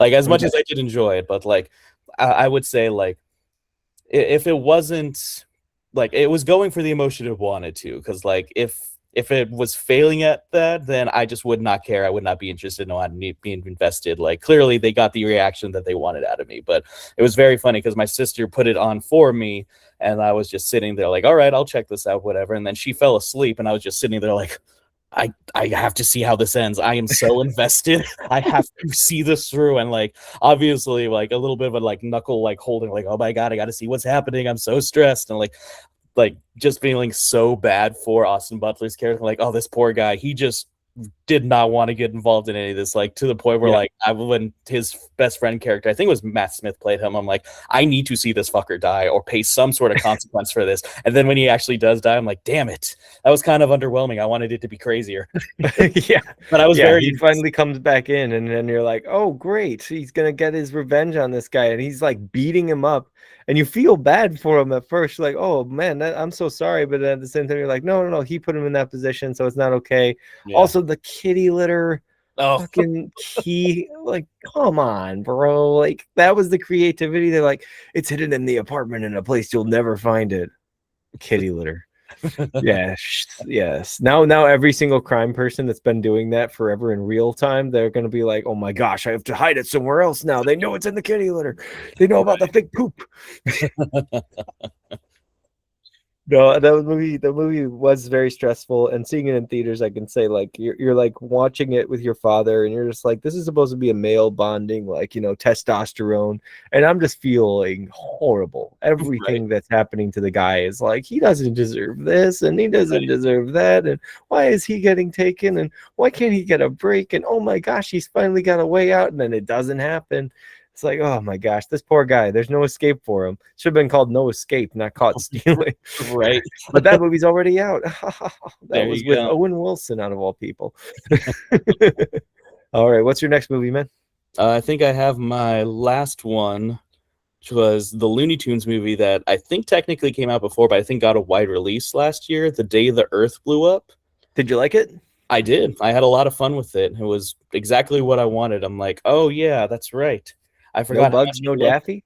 That's how much I love the Looney Tunes. You know, I'm here for all the characters, the zany vibes, you know, even if it's like not the, like, it's not Coyote versus Acme, which I'm still waiting for that. I'm getting definitely ready for that. But like it was a good, just like just silly, like, let's just have a fun time kind of movie all the way through. I very much enjoyed that. I just loved that it reminded me a lot of like watching like cartoons and those type of cartoon movies like when I was a kid.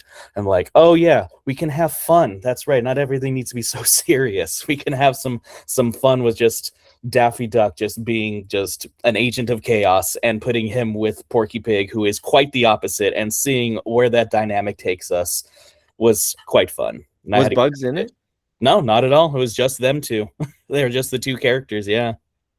I thought Porky Pig was with another character. He's with Daffy the whole time? Yeah, it's Daffy Duck. And the Okay. story they're going is that they're like brothers who've been raised together. So they're like essentially it's just the two of them. They're like they've been growing up together, and there's like tension with them and stuff. It's so funny. That sounds so insane. It's so insane too, because like A they're pig and a duck. such opposite characters, but they got raised by like some dude named Farmer Brown, and just like the way he's animated completely differently. Like he shows up, they have like a montage of them growing up, and he's like, okay, I'm gonna go now, and then he just walks off screen, and they're like, oh, he's dead now, what the fuck. They just move past it. Sounds great.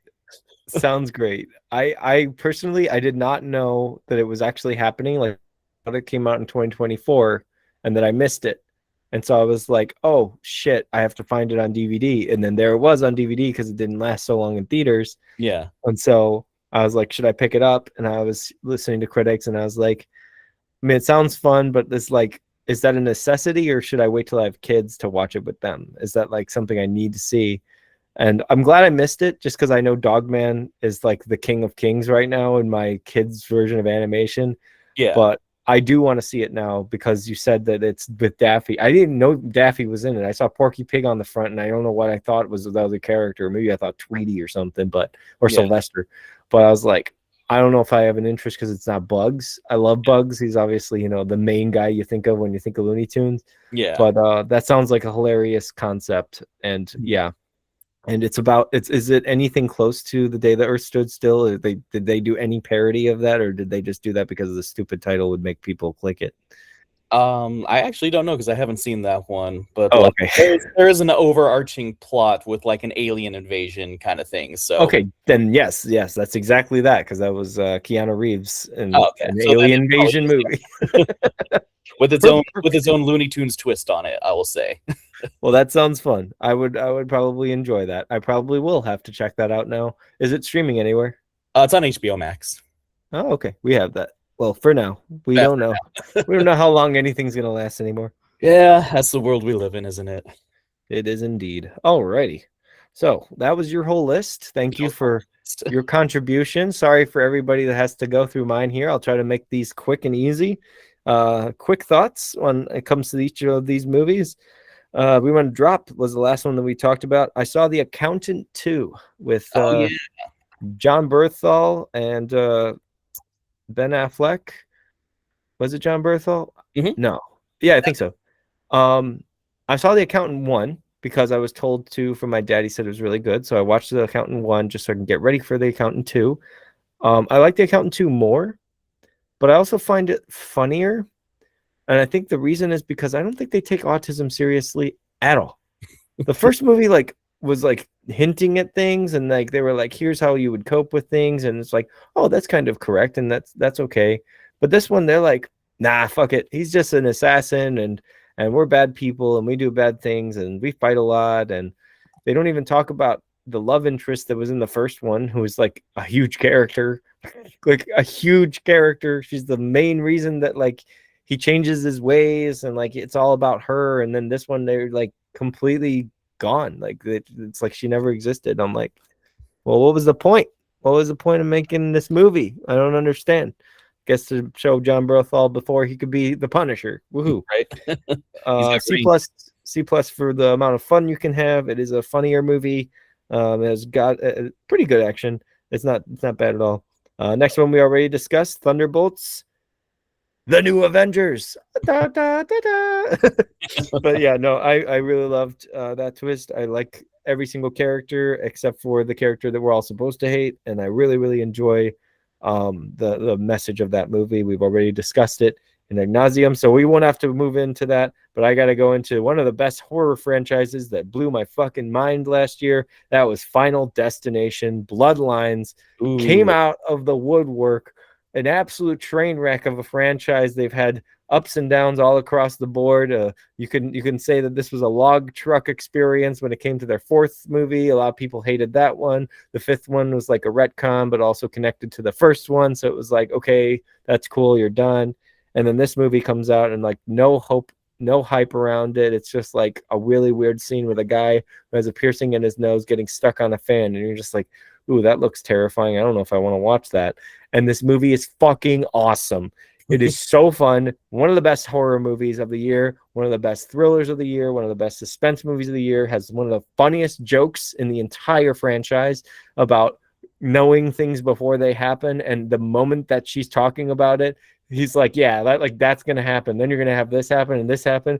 And then they literally show that as the character is talking to the other one. That exact thing they said was gonna happen is happening behind them. And it is in Looney Tunes fashion, bro. I swear to God, it is one of the funniest things I've ever seen. All the characters are extremely self-aware. The guy that has the piercing in the nose, don't want to spoil anything about him, but he is one of the funniest characters, one of the most heartfelt characters.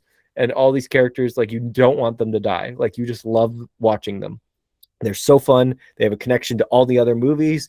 The final performance of Tony Todd, sorry, thank you. Tony Todd was amazing. His voice, obviously, forever haunting our dreams and nightmares, depending on what you've seen him in. But he was so good in this. I really, really loved everything that they did in tribute to the original Final Destination. You could see that they had a lot of love and care that went into this, and I think it's their best film out of all of them. Best film.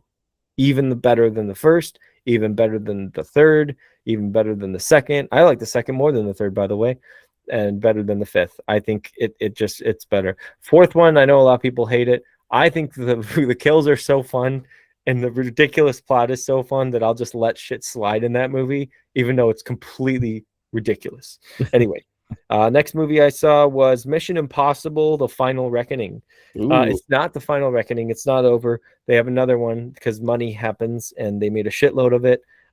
This movie is mostly talking, which is a terrible thing to have in your action movie. I took a time. The second time I saw it, it was an hour and 35 minutes before the action scene starts. Oh, geez. So I was like, yeah, not worth it to see again. D+ because I think that the action scenes do hold up well. The dialogue is really, really heavy-handed New World Order. So maybe Captain America can't talk about it, but fucking Mission Impossible is obsessed with it. And it's really irritating because all spy thrillers have been like pro-Illuminati and New World Order stuff. But then every time that you talk about it, they're like, oh, don't talk about that. That's conspiracy. I'm like, then stop putting it in every movie. That's all I got to say. D+ there. Lilo and Stitch, a B because once again, we got a wonderful story with Nani. I think that she is the main character, and I don't even remember anything with Stitch besides him doing the same stuff that he did in the original. I love Lilo. I think that she's a really good character. That's why I really like her fake outs. It didn't feel like they did the one in Moana where it's like, oh my God, is she going to die? And it's like, yeah, sure, she could be dead for like a minute and then she's going to revive herself. They technically do that, but they have so much more tension, so much more buildup, and so much more like dread that you have. Each character is believing that Lilo is dead from the water. Like, I was amazed that they went there. And like that sense of dread and terror was all throughout. And it wasn't from Stitch. It was from these random guys that got to be aliens at times and then weren't aliens at times. It was very creative. I had a lot of fun, and a lot better than a lot of other people had with it. I can say I've never seen a remake twice, besides Aladdin, and now Lilo and Stitch. So congratulations, Lilo and Stitch. You did it. Ballerina, a John Wick spin-off movie. It takes place between the third and the fourth movie. Linearly, it doesn't. There's some things that don't make any sense at all.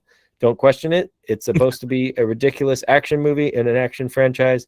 The story is fine. It gets really stupid by the end. You have one character that you're like supposed to have this extreme emotional core, and then they're dead. And they're like, oh, well, that was not important. And now we're going to go into flamethrower mode. So guess what? We don't care about that sister character. Fuck her. Who cares? Who cares about her sister? Why would we talk about her in the whole movie? Why would we do that? Why would we make all this lead up just to kill her off? because we're in a John Wick movie. That's why. But Yep. he shows up, and that's all that matters. His scenes are amazing. Keanu obviously kills it as that character all the time. The flamethrower scene is really cool to watch. There's some other like nice staging of fights. I like the one with the ice a lot. Not the immigration people.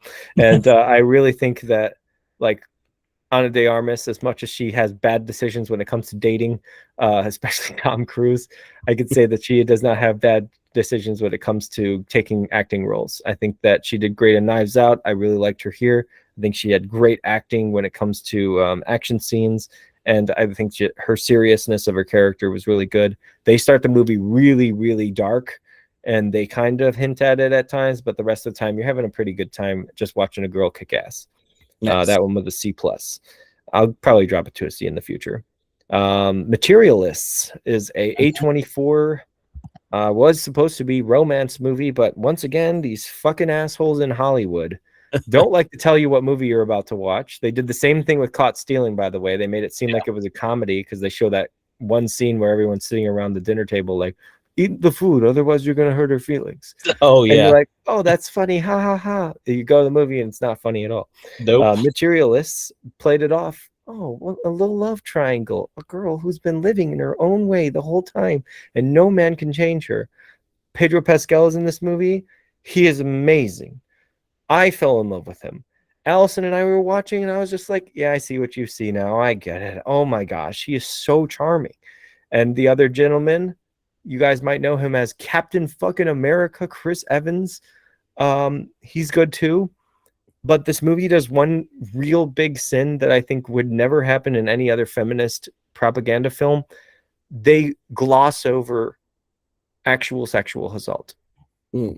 They say, oh, that happens, and they make it clear that the movie has heartless characters about it, but then the character that was so connected to this one that tried to help her in every way that she could moves on as well. And that's my biggest issue. When you have a character that's being assaulted, I don't believe that anyone should stop talking about it. And this movie does the cardinal sin of moving on and trying to focus on the guys again or something. It's a very dumb movie at times, a very brilliant movie at times. Dakota Johnson gives more of a Jared Leto performance from Tron Ares, so she's not really that exciting to watch. If you like her in 50 Shades, you're probably not going to like her here. She's not bad as Madame Web, but it is between those two, and it's not the best. She's done better. That was a C- for me. It might drop down to a D in the future. I'm trying to figure that out because I did have a great time watching it, and I think Pedro Pascal is dreamy. Like I'm gonna be watching The Mandalorian being like, when does he take his helmet off? No, just kidding. Not gay. I see a handsome fella and I see it in front of my eyes. All right. Anyway, we go on to the worst movie of the year. I think I said it was before. It was Back in Action. Incorrect. The worst movie of the year, an absolute slap in the face. First scene, almost perfect. Everything was great. The idea of what these characters were gonna do, the way they changed the usual formula, I was like, I'm all in. Second scene, I'm like, got it. Good. Let's go. Second act, I'm like, got it. Good. Let's go. Third act ruined the whole film. Complete speed to the end. Everything that it was doing right completely throws out the window to go back to the bullshit tournament of Karate Kid Legends. This movie ruined Karate Kid. If you have to watch all the Karate Kid movies, watch the fourth one multiple times and pretend this one doesn't exist. I can't stand what they've done to Ralph Macchio. He's an amazing actor and an amazing character, and he did great in Cobra Kai. This movie thinks that Cobra Kai doesn't exist. Like they wrote it around the characters not even being involved. So they have a joke at the end of the movie, a throwaway joke with Johnny coming in and saying something about Cobra Kai or Miyagi-Do as like a pizza joke. And like that's an actual term that was used in Cobra Kai. So I was like, why would you disrespect something that we all love as fans and call this a legacy? This is a legend movie. Like the guy who played the character of Daniel LaRusso, he's the next legend, and he's really good. I like his acting. I think he's got incredible karate and martial arts skill, And the whole entire story, if you want to hear this, Jason, he's supposed to train his girlfriend that he has interest in, father, to go back into the ring and become a boxer. Mm. So instead of him learning, he's actually training another, and he was already underneath Jackie Chan's character in China. Yeah. So I was like, oh, what a cool dynamic. Have the underdog become the actual leader and help the guy that's already been a legacy of fighting get back on and, you know, put his gloves back on. I was like, this is cool. And then they throw that all away. They do the forced breakup scene. You don't understand me. I do. I'm just doing it for you. Blah, blah, blah, blah. And then they're just like, I forgive you. And then it didn't happen on screen. Same with Wicked. Didn't happen on screen. People just forgive each other. And then she's there cheering for him as he's at his final tournament. And you're like, where's the resolution? There's no resolution. The movie forgot the resolution. It was terrible. I hated it. Sounds like it. Especially the fact that they ignored so much of Cobra Kai, considering like every person I know who watches Cobra Kai loves it so much. And I can't imagine why you would like greenlight this movie if you're just going to ignore something that has been keeping, like, this is probably the reason that the movie exists. Like, there's clamoring for the movie is because everyone loves Cobra Kai so much. Why spit on that legacy too if you're not going to reference it or like do something with that? Never ignore the elephant in the room. Mm-hmm. The elephant in this case is that you made one of the most successful TV shows and actually promoted this movie because of the TV show, and then pretend like the TV show doesn't exist and make it into a pizza joke. Like, ouch, man, ouch. Makes me want to read my Ralph Macchio book tonight. Anyway, he wrote one. It's called Waxing Off. Or Waxing On. Yeah, something like that. I love it. I can't wait to read all about him because he's got such interesting perspective. And much like Michael J. Fox, he's legendary, that character for life. That never changes. Yeah. Next movie I saw has moved up in the ranks. Congratulations to Pixar's Elio. Ooh. An incredible sci-fi, fun, crazy, interesting, and creative original story. How about that? Right. Disney actually can't fix their own shit. They constantly put out remakes. Pixar says, hold my beer, hold my soda, whatever they're drinking.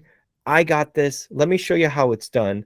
Makes a story that is so incredibly impactful for friendship, family, abandonment, grief, everything that you want to have as a kid. Like, I just want to get away because I don't want to be part of this real world. The real world's bringing me down. I want to escape into the world that I'm supposed to be in.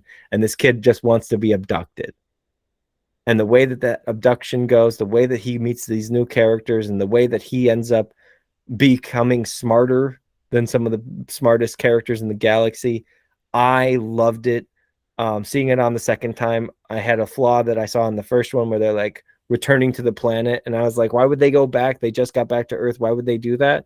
And I never noticed that there was an actual reason that they put into the plot. And now that I've seen the reason, I'm like, oh, because he has to be saved. Got it. That makes sense. They have to do this. Okay, you got me, movie. There is incredible acting, voice acting from everybody. I think everyone gives their all. I think there's so many A-listers that are understudied. Like, you don't even know that they're there until you see the credits, and you're like, oh, they're there too. But Zoe Saldana, I think, is the mother. Not the mother, but the motherly character to Ilio. His parents, unfortunately, deceased, so she has to be the next in line. And then she happens to work at NASA. So he ends up finding out that there is life on another planet based on a signal, and he figures out that there's a way to get abducted. And I love the whole plot, the cinematography, the coloring, the characters. I think it's one of the best of Pixar's most recent movies. I highly recommend it. Nice. Back to the bad. Jurassic World Rebirth. Oof. Wearing my Jurassic Park hat today, so. Yes, always wear park. There is no world. We don't need a world.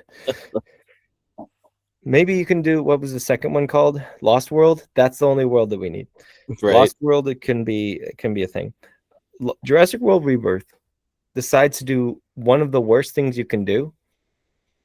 Gives you 3 characters that you have to follow throughout a movie that you don't like and you don't care about. Mm. And from the moment that they start, they're literally just in the back of a car, and you don't know who the main character is. You're like, there's Scarlett Johansson and some other guy, and they're talking, and now they're going inside of a building. When are they gonna say, like, let's follow that character so we can totally tell that this is the person you're supposed to follow the whole movie? Or maybe that person splits off or betrays this other person. But instead, no, they just go onto a boat and they have like megalodons in the ocean and stuff. And they're like, oh my gosh, this is such a dangerous place. And we're going to this island where we can find other dangerous things from the original Jurassic Park. Like, oh, wow, that's going to be so cool to look at. And they're like, but wait, there's more. There's this random family and you got to care about them too. You're like, what? And you're like, yeah, they're just fishing in the ocean and they also saw the megalodon, but they decided this is the day I'm going to go with my daughter's boyfriend on this boat to the same island because we got to do that. And then they're like, hey, guess what, everybody? We're gonna go back to that other ship, and they're all committing treason against each other, and like everyone's trying to kill each other and stuff. But now the dinosaurs are involved too. You're like, okay, cool. And then they're like, and now the family's stuck, and now they're gonna have to find like a friendly dinosaur, and this little friendly dinosaur is something we can sell as a pop figurine because it's so damn cute, and it looks like Triceratops, the character Sarah from fucking Land Before Time, and you're gonna love it. It's gonna be great. And you're like, okay, great. And you're like, well, how could this movie start off so badly? And like, it just sounds like it's a normal Jurassic Park movie. Well, I'll tell you, Jason, you're thinking like, Dan, it doesn't sound so bad to me. The first scene in this entire movie, before we even meet the main characters, before we meet the protagonist or figure out who the protagonist is, they're standing there by a giant, like, I guess you could say, just fake dinosaur. They've created it from science and whatever, and it's supposed to be this big monster, and it can't get out. There's literally no way for it to get out. They've been studying it, they're looking at it, until one guy, not kidding, drops a Snickers wrapper, and the Snickers wrapper gets stuck in the door, and then the door opens and all of them die. Okay. Thank you for making another Jurassic movie. We needed this. This is exactly how I wanted it to start. Fuck realism right out the window. The whole reason that we have Jurassic Park is why? Because we want to know what dinosaurs would look like if they actually came back. That's all we want. That's what we wanted. We learned that it wasn't the good thing, and you keep bringing them back. You've never learned your own lesson. This movie sucks. I'm not going to spoil the end. I'm just going to say that monster does show up again, and it looks even worse. You could swear it came from, like, I don't know, probably like Pacific Rim. No, it looks like the thing that Luke fights in Return of the Jedi. Oh, it looks like a Rancor, huh? Yeah, it's a Rancor. When you see it, you'll be like, Dan's actually spot on. Yeah, it's on the poster. I'm like, that kind of looks like a Rancor for Star Wars. I'm like, oh, yep, nope, that was accurate. All right, so now that we're done with those bad ones, let's get to the goodies. We got Superman, an amazing movie that really gives me hope and care for the DC universe moving forward. Whatever James Gunn's got up his sleeve, I'm excited for. Excited to see what Supergirl does and what Superman does with its sequel next year. Loved it, had a great time with it. Feel like Superman. Saw it 3 times in theaters. Haven't done that in a long time, especially for Superman. So I was super excited to see that. As I watched the original, I decided that this is actually my favorite version of Superman as well. I would say this, and then I'd say the one from, I can't even say Smallville. I like Superman and Lois. I like that guy. I think he did really good too. Yeah. Either way, got the next movie here. Another positive one here. Great for kids, actually. One of the greatest films I've ever seen from Disney. That does not mean it's a great movie. It does not mean it's fantastic. It does not mean it's critically acclaimed, but I'll tell you what, it brought High School Musical vibes, and I'm all about that. Zombies 4. Ooh, the Dawn of the Vampires. Dawn of the Vampires is amazing. I think it's the best entry into the franchise. I think it's better than the first one. I think it gets the romance better down. I think the characters like have better jokes. I think the songs kick ass. Every single song is perfect. Like, dude, you can listen to any song and you're like, oh, I don't like this one. You'll like it by the end of it. Like, you're like, oh, I've seen this in the trailer. No. You haven't seen anything.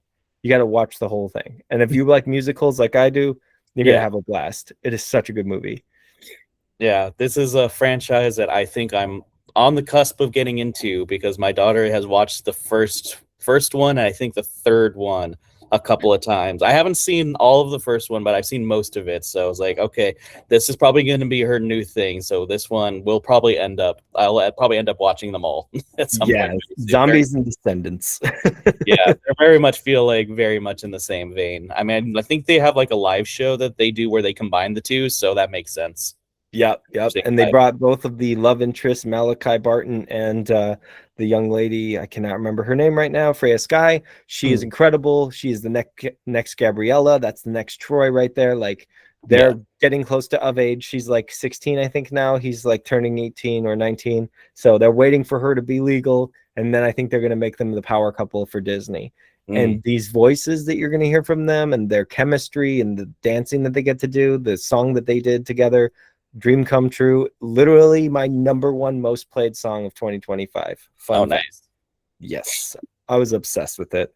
Allison and I love that movie, love the characters. I bought the whole damn series on digital on Fandango. I couldn't say no. I was like, hey, it's only $19 for 4 movies. Why not get the brand new one with it? Fantastic Four, The First Steps. I got a B+ for that one. We already discussed that one enough. I can say that I really enjoyed everybody in it. I was really happy with it. I love the end of it. I definitely like where things are going. If this is the way that they choose to start Doomsday's overall story and these characters have to be entered in, I think this is a great entry into that. I'm really looking forward to them meeting the Thunderbolts or the new Avengers and teaming up. I'm excited to see Spider-Man talking to Johnny Storm. He's supposed to be friends with the Fantastic Four, so hopefully an end credit scene with Tom Holland, Spider-Man talking to them. Or maybe they can even throw some animated versions of the Fantastic Four into the next Spider-Verse movie because they can play around with both since Sony and Disney are finally getting along. Right. I love Spider-Man. We got Freakier Friday.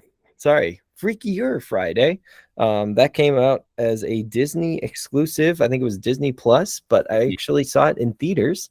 It was pretty good.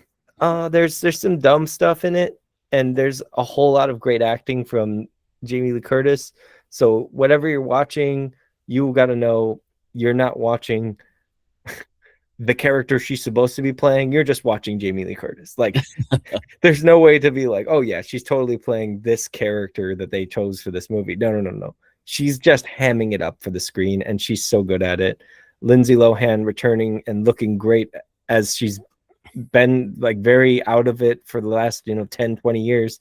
It's like very good to see that she has returned to the spotlight and looks very good and happy, and the characters in it are really likable. The one thing I don't like is that they have a character that has a forced British accent that isn't even British in real life. Why is that in the movie?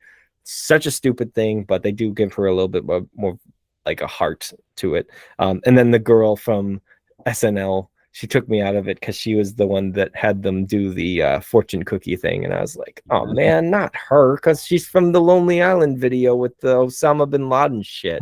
I was like, that's the first thing I think of. But it was good. It was okay.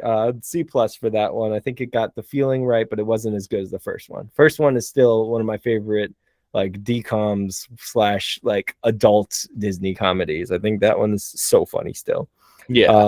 This movie I was forced to watch. I wasn't forced to, but my friend said we have to watch this because you have to tell me what you think of it.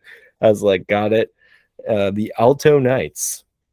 Robert De Niro in a dual role, playing two gangsters in an older time. Boring. Not much to say. There's a lot of like that was an actual response from a character. They'd be like, hey, what's up? And he'd be like, huh? So we just kept joking as we were watching the movie, like, huh? Like that's all it felt like. Just a bunch of old people grunting. D- for that one. Do not care for it much at all. I skipped one that was Naked Gun. That's an A. Like I said before, deserves an A+, but I have to give it an A just because I want to see what they're going to do next. Also, the owl was so fucking dumb. I don't understand. Like, was there something in the first movie, right? I've seen the first movie. Was there anything with an owl in it that like would have connected? Oh, okay, cool. It was only this movie where he's like, an owl or something. Send me like You an could just- owl or something. Just give me a sign, like an owl or something. This one was a B-. I'm gonna move it down because it's not that anymore. Movie that is perfect for anger management, by the way. Nobody 2. Ooh. Nobody 2. You will have a blast if you want to see him just beat up people, and if you have been a little upset about something and you just need to release that frustration, watch this movie. You will feel so good. The movie overall is pretty sloppy. The end of it is exactly the same as the first one. They get all the characters that are supposed to be in the area stuck in one spot, and then they have a arsenal of weapons that they're able to use. And fucking Christopher Lloyd is just shooting with a machine gun at the top of a fucking water park tower. Like, just the things that you can come up with when you have these ridiculous action movies. I loved a lot of it. I thought it was ridiculous. There's a character that gets killed by a fucking duck on one of those like actual boat duck things, and they make it like the big joke that like he's like, oh, when we were kids we had a good summer camp experience, and then everything is like Meet the Parents kind of like it's all disappointing, and it's like it's fine. It's a movie. It's nothing close to the first one. The first movie is an absolute masterpiece after John Wick. I think it's one of my favorite action movies that I watch all the time. So Nobody 2 goes down to a C. We go up to a C+ for the next one, an animated film that also came out. I think the animation is really good, but I don't really remember the movie as much. So this might be a C as well. That is The Bad Guys 2. Now, in order to see The Bad Guys 2, I had to rewatch The Bad Guys 1. Originally, it was very hard for me to do because I did not have enough focus, or I don't know, I just wasn't as interested. So when I rewatched The Bad Guys 1, I can say I had a lot more interest. And when we saw Bad Guys 2, I was like, hey, this is a pretty good movie. I like this franchise. I feel like I can get behind what they're doing here. It's different animation. It feels like when you get another studio working on the same project, like Aladdin, right? Yeah. We had Aladdin. The first movie is perfect. You watch Return of Jafar, total shit. Lion King 2. Oh my God, night and day. Like, you could just see that there's a difference there. But obviously this was a different studio than Disney, and Bad Guys, the first one, had this animation too, so they made it like, it's kind of Spider-Verse-y, but it's also like that weird movie with all those characters with the wide eyes. I can't remember that name, but it was such a strange film, and I was like a big family, and like they all had those wide eyes. I cannot remember the name of it. Hold on. Something versus the Machines, you know what I'm saying? Mitchell's versus Machines. Mitchell's and the Machines, yeah. So it's got like that weird animation style that you just don't see that often. Yeah. So it's like I can respect it. The story was not like anything mind-blowing, so it was like I could see where it's going. However, I do like the characters, and I think that who's the main actor that plays the wolf in this? Sam Rockwell. So fucking good. So good, dude. He's in everything now. Yeah. I've noticed this. I liked him in Argyle. I like him in this. He's also in the new Have Fun, Don't Die, whatever it is. Good Luck, Have Fun, Don't Die.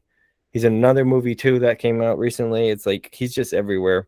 On the next movie, the same score I gave to it, pretty crazy, a C for Caught Stealing. We already discussed this one.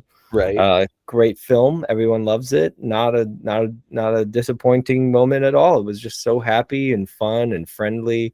Great for families, not full of cursing and extreme not stressful at all. Not stressful. People that obviously deserve bad things to happen to them. They wouldn't happen to some guy that doesn't deserve any of this at all. It's only the people that deserve it. One of those movies where the trailer definitely didn't lie to you a bit. yeah, it's totally an action comedy, as we all know. Tron Ares, a D. We know the reason for that. And now we get to the movie that I picked up today, an absolute masterpiece of cinema. One of the greatest films for nostalgia bait. If you want to have a movie that actually plays with nostalgia and needs to play with nostalgia just to capture the feeling and the moment, Roof Man, Mm. starring Channing Tatum and Kirsten Dunst, and out of all people, Peter Dinklage as one of the greatest comedy roles I've seen him in, where he just has to play the captain, I guess you could say, the president, the boss of Toys R Us during a really crazy time in the 2000s. And I really, really dug this movie. The message is great. It's kind of a Christmas movie, so if you want to watch it around Christmas time, it's up to you. Does not end the happy ending, perfect Disney life way. It does go realistic, but the fun that you're going to have with this movie and the amount of care and compassion and just like connection that you feel to the main character, you're never going to forget it. Like you feel him the entire time. You're just like, I feel for this guy. And so when he does something bad, you're just like, damn it, dude, why'd you do that? You could have just done something else. And he's just so nice and so likable. And he's a criminal, but he's so nice and likable. And it's so opposite of the other movie. The God's Ceiling, so dark, and Roof Man, so light. It's like night and day. Nice. B plus for Roof Man. I would put it at an A, but I still have to figure out why on earth I didn't give a chance to my favorite movie of the year. The next one I saw was The Black Phone 2. The Black Phone 2, a perfect sequel, in my opinion, to Black Phone, adding supernatural elements, feeling like you're watching Nightmare on Elm Street, especially when you could tell that the frame rate has changed. You can tell that you're in a dream sequence. And when those dream sequences happen, get ready. You're going to be seeing some scary ass shit. This movie scared me. It made me feel something. It made me cry. There was a family dynamic that was missing in the first one. They did a huge intervention scene.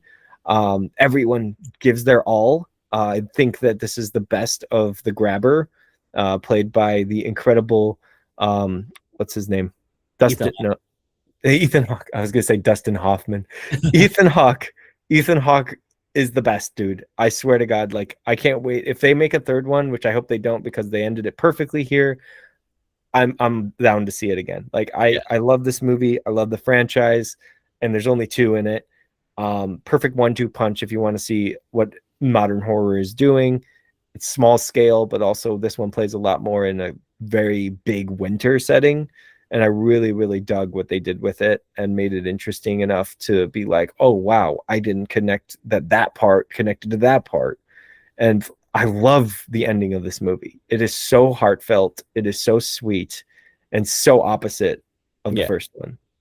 The first one is just escape, escape, escape. This one is just, how do we save these kids and how do we get back at the man that ruined all of our lives? It's like fucking awesome, dude. And when you see the effects that they do in the movie too, like invisibility is insane. Bro. I can't believe it. The supernatural elements. An A plus. My favorite film of the year was Black Phone 2. Nice. Yes, sir. Wicked for Good, D plus. I wonder why I gave it that score. If you want to go and rewind an hour ago, you'll figure out why. Avatar Fire and Ash. One of the worst experiences I've ever had in a theater. And it's not because of the movie, and it's not because of the audience, and it's not because of the place I was sitting. It is because I literally had to have breaks because I couldn't pay attention. And I had 3 screens. I had the screen on the wall. I had the screen in front of us. I had the screen on the other wall, all surrounding me to make sure it was the most immersive, what do they call it? Immersive experience ever in Screen X. Fuck Screen X. That was the worst thing I've ever seen. It was blurry on both sides. It was bothering the shit out of me. Couldn't care less about the story. Every character sucks. I wanted them all to die. I don't even care about Spider. I like Spider in the last one. Fuck Spider. He's got a tail that can suddenly keep him alive. He's an avatar now. He's a human. Why are we doing this? Sigourney Weaver, why are you doing a teenager's voice? What is going on right now? Like, these people suck. The characters suck. As the pitch meeting pointed out, nobody even knows the characters' names. So why do we do this? And the end of the movie is exactly the same as The Way of Water. It's exactly the same. where all the characters are fighting in the same location with the same characteristics and the same weaponry and the same everything, except for the Fire Nation's now involved. Sorry, the Fire people, not the Fire Nation, because that would be too close to the other Avatar. But yeah, no, D for Fire and Ash. I hope it's over. I never want to see another one of these fucking movies. They're way too long. I couldn't care less about them. Every character talked way too much in that movie. And then they get captured, and then they get uncaptured, and then they get captured, and then they get uncaptured. Watch the pitch meeting. It's way better. Eternity is a movie that came out from A24 that was overlooked by a lot of people. Starring Miles Teller and the incredible Elizabeth Olsen. This movie is amazing. I'm going to take my B+ that I have currently and make that an A. Nice. There's something about the way that they capture the afterlife and the purpose of living in the first place that I think is really solid. It does have cliche triangle of love kind of thing where she has to find out if the new guy that she's been with in the real world right now has been her husband all along and will be her husband in the afterlife, versus the other guy who died long ago that's also in the afterlife. So it's that whole love triangle thing. Yeah. But the characters are so good. The feeling is so good. The cinematography is great. The creativity is great. They play around with the religious jokes. They play around with afterlife stuff. They play around with human, just regular stereotypes that we would have as things that we would do, especially in the afterlife, the moment that we die. The guy that is played by Miles Teller, the thing that killed him, he instantly does in the afterlife. They're like, you didn't learn anything. It's so funny. And I love how they did it. And I think it had a really good, like a build up to perfect happy finale. I like a happy finale. I'm a happy ending, of Disney kid. So I'm always about that. Yeah. I think, Eternity can be an A and is an A now for me. I'm gonna skip through. We're getting really close to the end here. We got Zootopia 2. Ooh, saw that today. You saw it today. Okay. Well, we can talk about it. Yeah, right. You go ahead. I'm gonna say I wish it was something that was like as focused on as they did with the first one. Right. Like this one just felt like a simple story.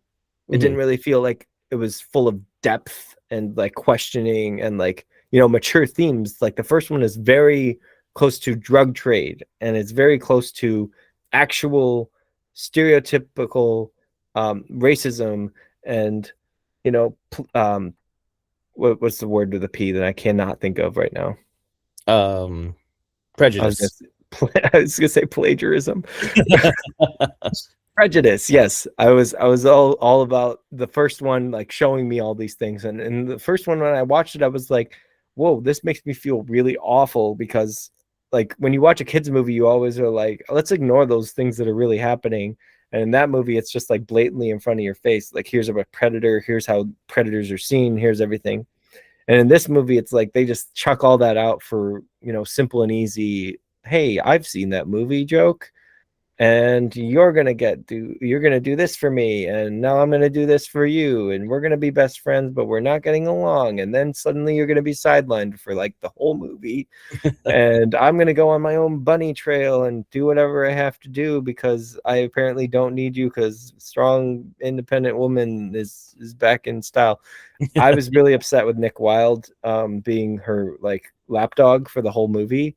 Yeah. Even after she like finally saw where he was coming from, like she didn't apologize. And I now have rewatched that scene multiple times where they're having the heart to heart, and she never says sorry for the way that she treated him. Like he's been like all he could do is like think about her safety, and all she was like is like, you're holding me back from where we need to go. And I'm like, you suck, Judy. It was terrible. I don't like you at all. I wanted more time with the snake. I felt like he was an interesting character. Yeah. Oh, that was the actor, by the way, from Love Hurts. Yeah, that's the Keegan. Yeah, he's funny. He's got some good lines. In this one, they were really going for a urban territory that he came from. And at times I was like, okay, that's funny. with stereotypes, and then at the same time I was like, wait, they're trying to play it like serious, and then they have that stupid "that'll do, pig, that'll do." You're just like, fuck you. And the shining thing was really on the nose. I was like, all right, what are we doing here, and what am I gonna have to explain to kids? Right. I was sitting there watching it with my kid today. I'm like, I understand that reference, and my kid was like, Grandma said the same thing. Like, yeah, well, Don't you're age not me going to like get that. this reference.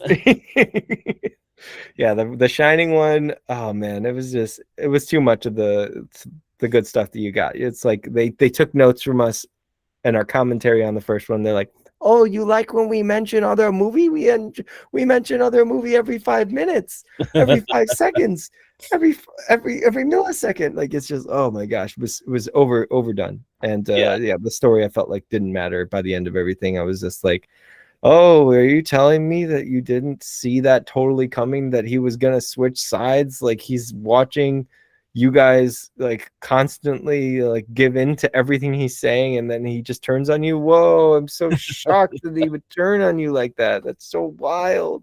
What a twist. What a twist. Exactly. But what'd you think? Did you think it was as good as the first one? No, I mean, it was fine. I thought it was like enjoyable, but I'm like, I also haven't had a lot of time to sit with it, but I'm like, I like that they approached it from the angle of like, let's evaluate the dynamic of Judy and Nick, because yeah, like on paper it totally makes sense that like they come from such different backgrounds, and I totally get that they would like have clashing ideologies.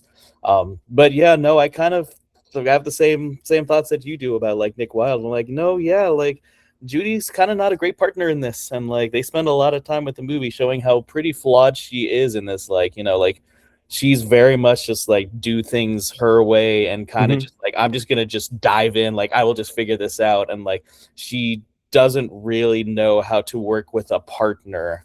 And like I feel like that was kind of what they were trying to go for, but I feel like it didn't come through as well as they thought it did. That she learned her lesson at the end, you know, like she learned Yeah. to be a good partner, like an understanding partner, and like working with Nick. Like I felt like that got kind of a little rushed at the end.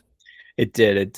And the first movie, I mean, they really structured how different these characters are from each other. Like they're showing their backgrounds, they're explaining their, predisposition on everything that they go through in society. Each one of them Yeah. has like a different characteristics where it's like, oh, okay, it's following a stereotype, but also you can like empathize with these characters. And when Judy was dealing with like being called a bunny and not being able to be a police officer, you're like, oh wow, damn, that's really deep, man. Because it's like, hey, it's not her fault. That's the way she is. But she always wanted to be a cop. You're like, oh man, well, you want to see her happy. You want to see her family happy. Nick, he wants to stop being a bad guy. For the first time ever, he sees something wrong and he wants to change it. And he's falling for her and everything like that. And you're like, oh, okay, this is sweet. And in this one, they're just like, so they're back at the bottom of the totem pole and everyone makes fun of them. What? Yeah, they just solved the biggest case of all time, saved the Otter family, but fuck them. Let's go back to the beginning. Now you're struggling and you're losers. You little pieces of shit. You think you could be real big cops, but you're little baby cops. We're gonna make you traffic duty again. It's like, oh man, come on. Like, learn nothing and just bring a movie out, and 10 years later after the first one, make a killing in the box office for some mediocre kid movie. Like, Yeah. I don't know, man. I feel like our standards are being lowered every single day, and kids just don't care because they're like, oh, I remember a movie, I see new movie. Yeah. That movie I like this movie, I see new movie, and movie make me happy. I feel bad for kids these days, because like movies aren't being made for them, they're being made for us. Like we're gonna do live action remakes of movies from your parents' childhood, so they will drag you to see the movie that they want to see, and you'll just be along for the ride. Yep. Well, speaking of our childhood and speaking of our parents' childhood and feeling like parents, you're our parent right now. I gotta say, SpongeBob knocked it out of the park, man. A B for this one. SpongeBob Search for SquarePants, I think, masters exactly what the first one did. I think it has different animation and that's about it, but the rest of the time it does the same exact formula. You get the live action character. I really, really love Mark Hamill as the Flying Dutchman. I've always been a fan of his voice work, and seeing him both in real form and in animation form, really cool. I think that SpongeBob has one of the funniest jokes about shitting a brick. Um, that was one of the funniest laughs in the theater. Allison and I laughed the whole time. We were smiling the whole time. The only thing that it needed was more plankton. But if you watch the first movie, which we did on 4K, Yeah. you don't have to worry about that because it's all over there. So you can have all your plankton fixed, and then you can go for Flying Dutchman. I think if you watch the first one and then you watch this one, you don't need to have any of the others. The weird one that they had before this, I didn't like the animation for it, so I was looking forward to this one, but I also had low expectations because I was like, it could be shit. And the jokes were just as funny. It felt like SpongeBob. It had the same stakes, and it seemed like it actually cared about the source material. So I'm all Nice. about that. I think that this is, a solid follow-up to a SpongeBob movie. Nice. Yes, sir. All right, next one we already discussed was Weapons. Weapons is a C plus currently, still keeping it at that just because of the big reveal in the third act. I wish I never knew what happened. I really wish the movie kept me questioning everything. In Barbarian, we didn't know what the fuck was going on. They kind of explain it, but then the character, sacrifices himself and then they just walk away into darkness. I kind of wished it was the same thing where she just shows up and she's just like, hey, what's up? I'm that whole clown lady that you've been looking at the whole time. How do you feel about that? And then the kids just run after her and do the same thing, but then they don't have an explanation of why. But because they did that, I do have the one critique, which really, really brings my movie experience down. I told Allison this the moment I got out of there. I'm like, you're telling me these kids, based on being, I guess, trapped for like 3 days in this trance, are more powerful to actually like dismember a full-grown woman than the adults that only walk around and headbutt people. Like they can't dismember people, they just headbutt each other. Like what the fuck's that about? You're telling me that these adults, like full-grown adults that have been in the house guarding the kids, guarding everything, at a flip of a moment, they're able to switch on to that evil, angry version of themselves, cannot rip these characters apart, but these kids are able to completely ruin this woman. Like it's just weird to me. Like the kids have more power than the adults there, but maybe that's the message too.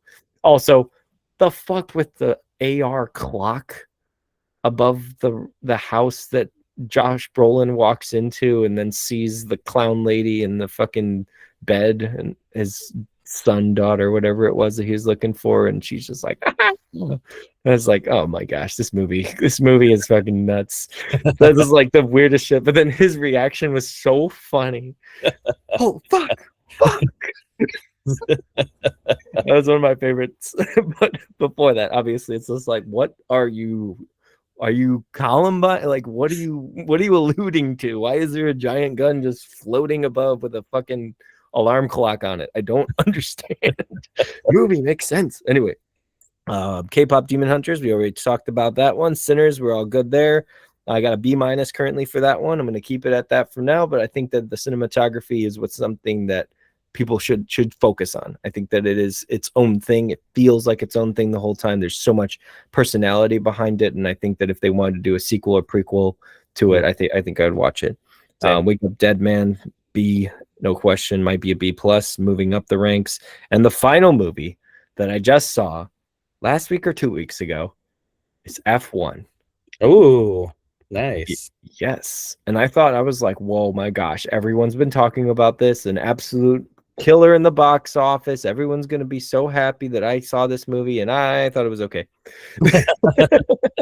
No, it was pretty good. It wasn't bad. It was not anything that's like, like, oh my gosh, you can avoid this one. I could say it's enjoyable, but it's so damn cliche that it gets in its own way. I'm on it.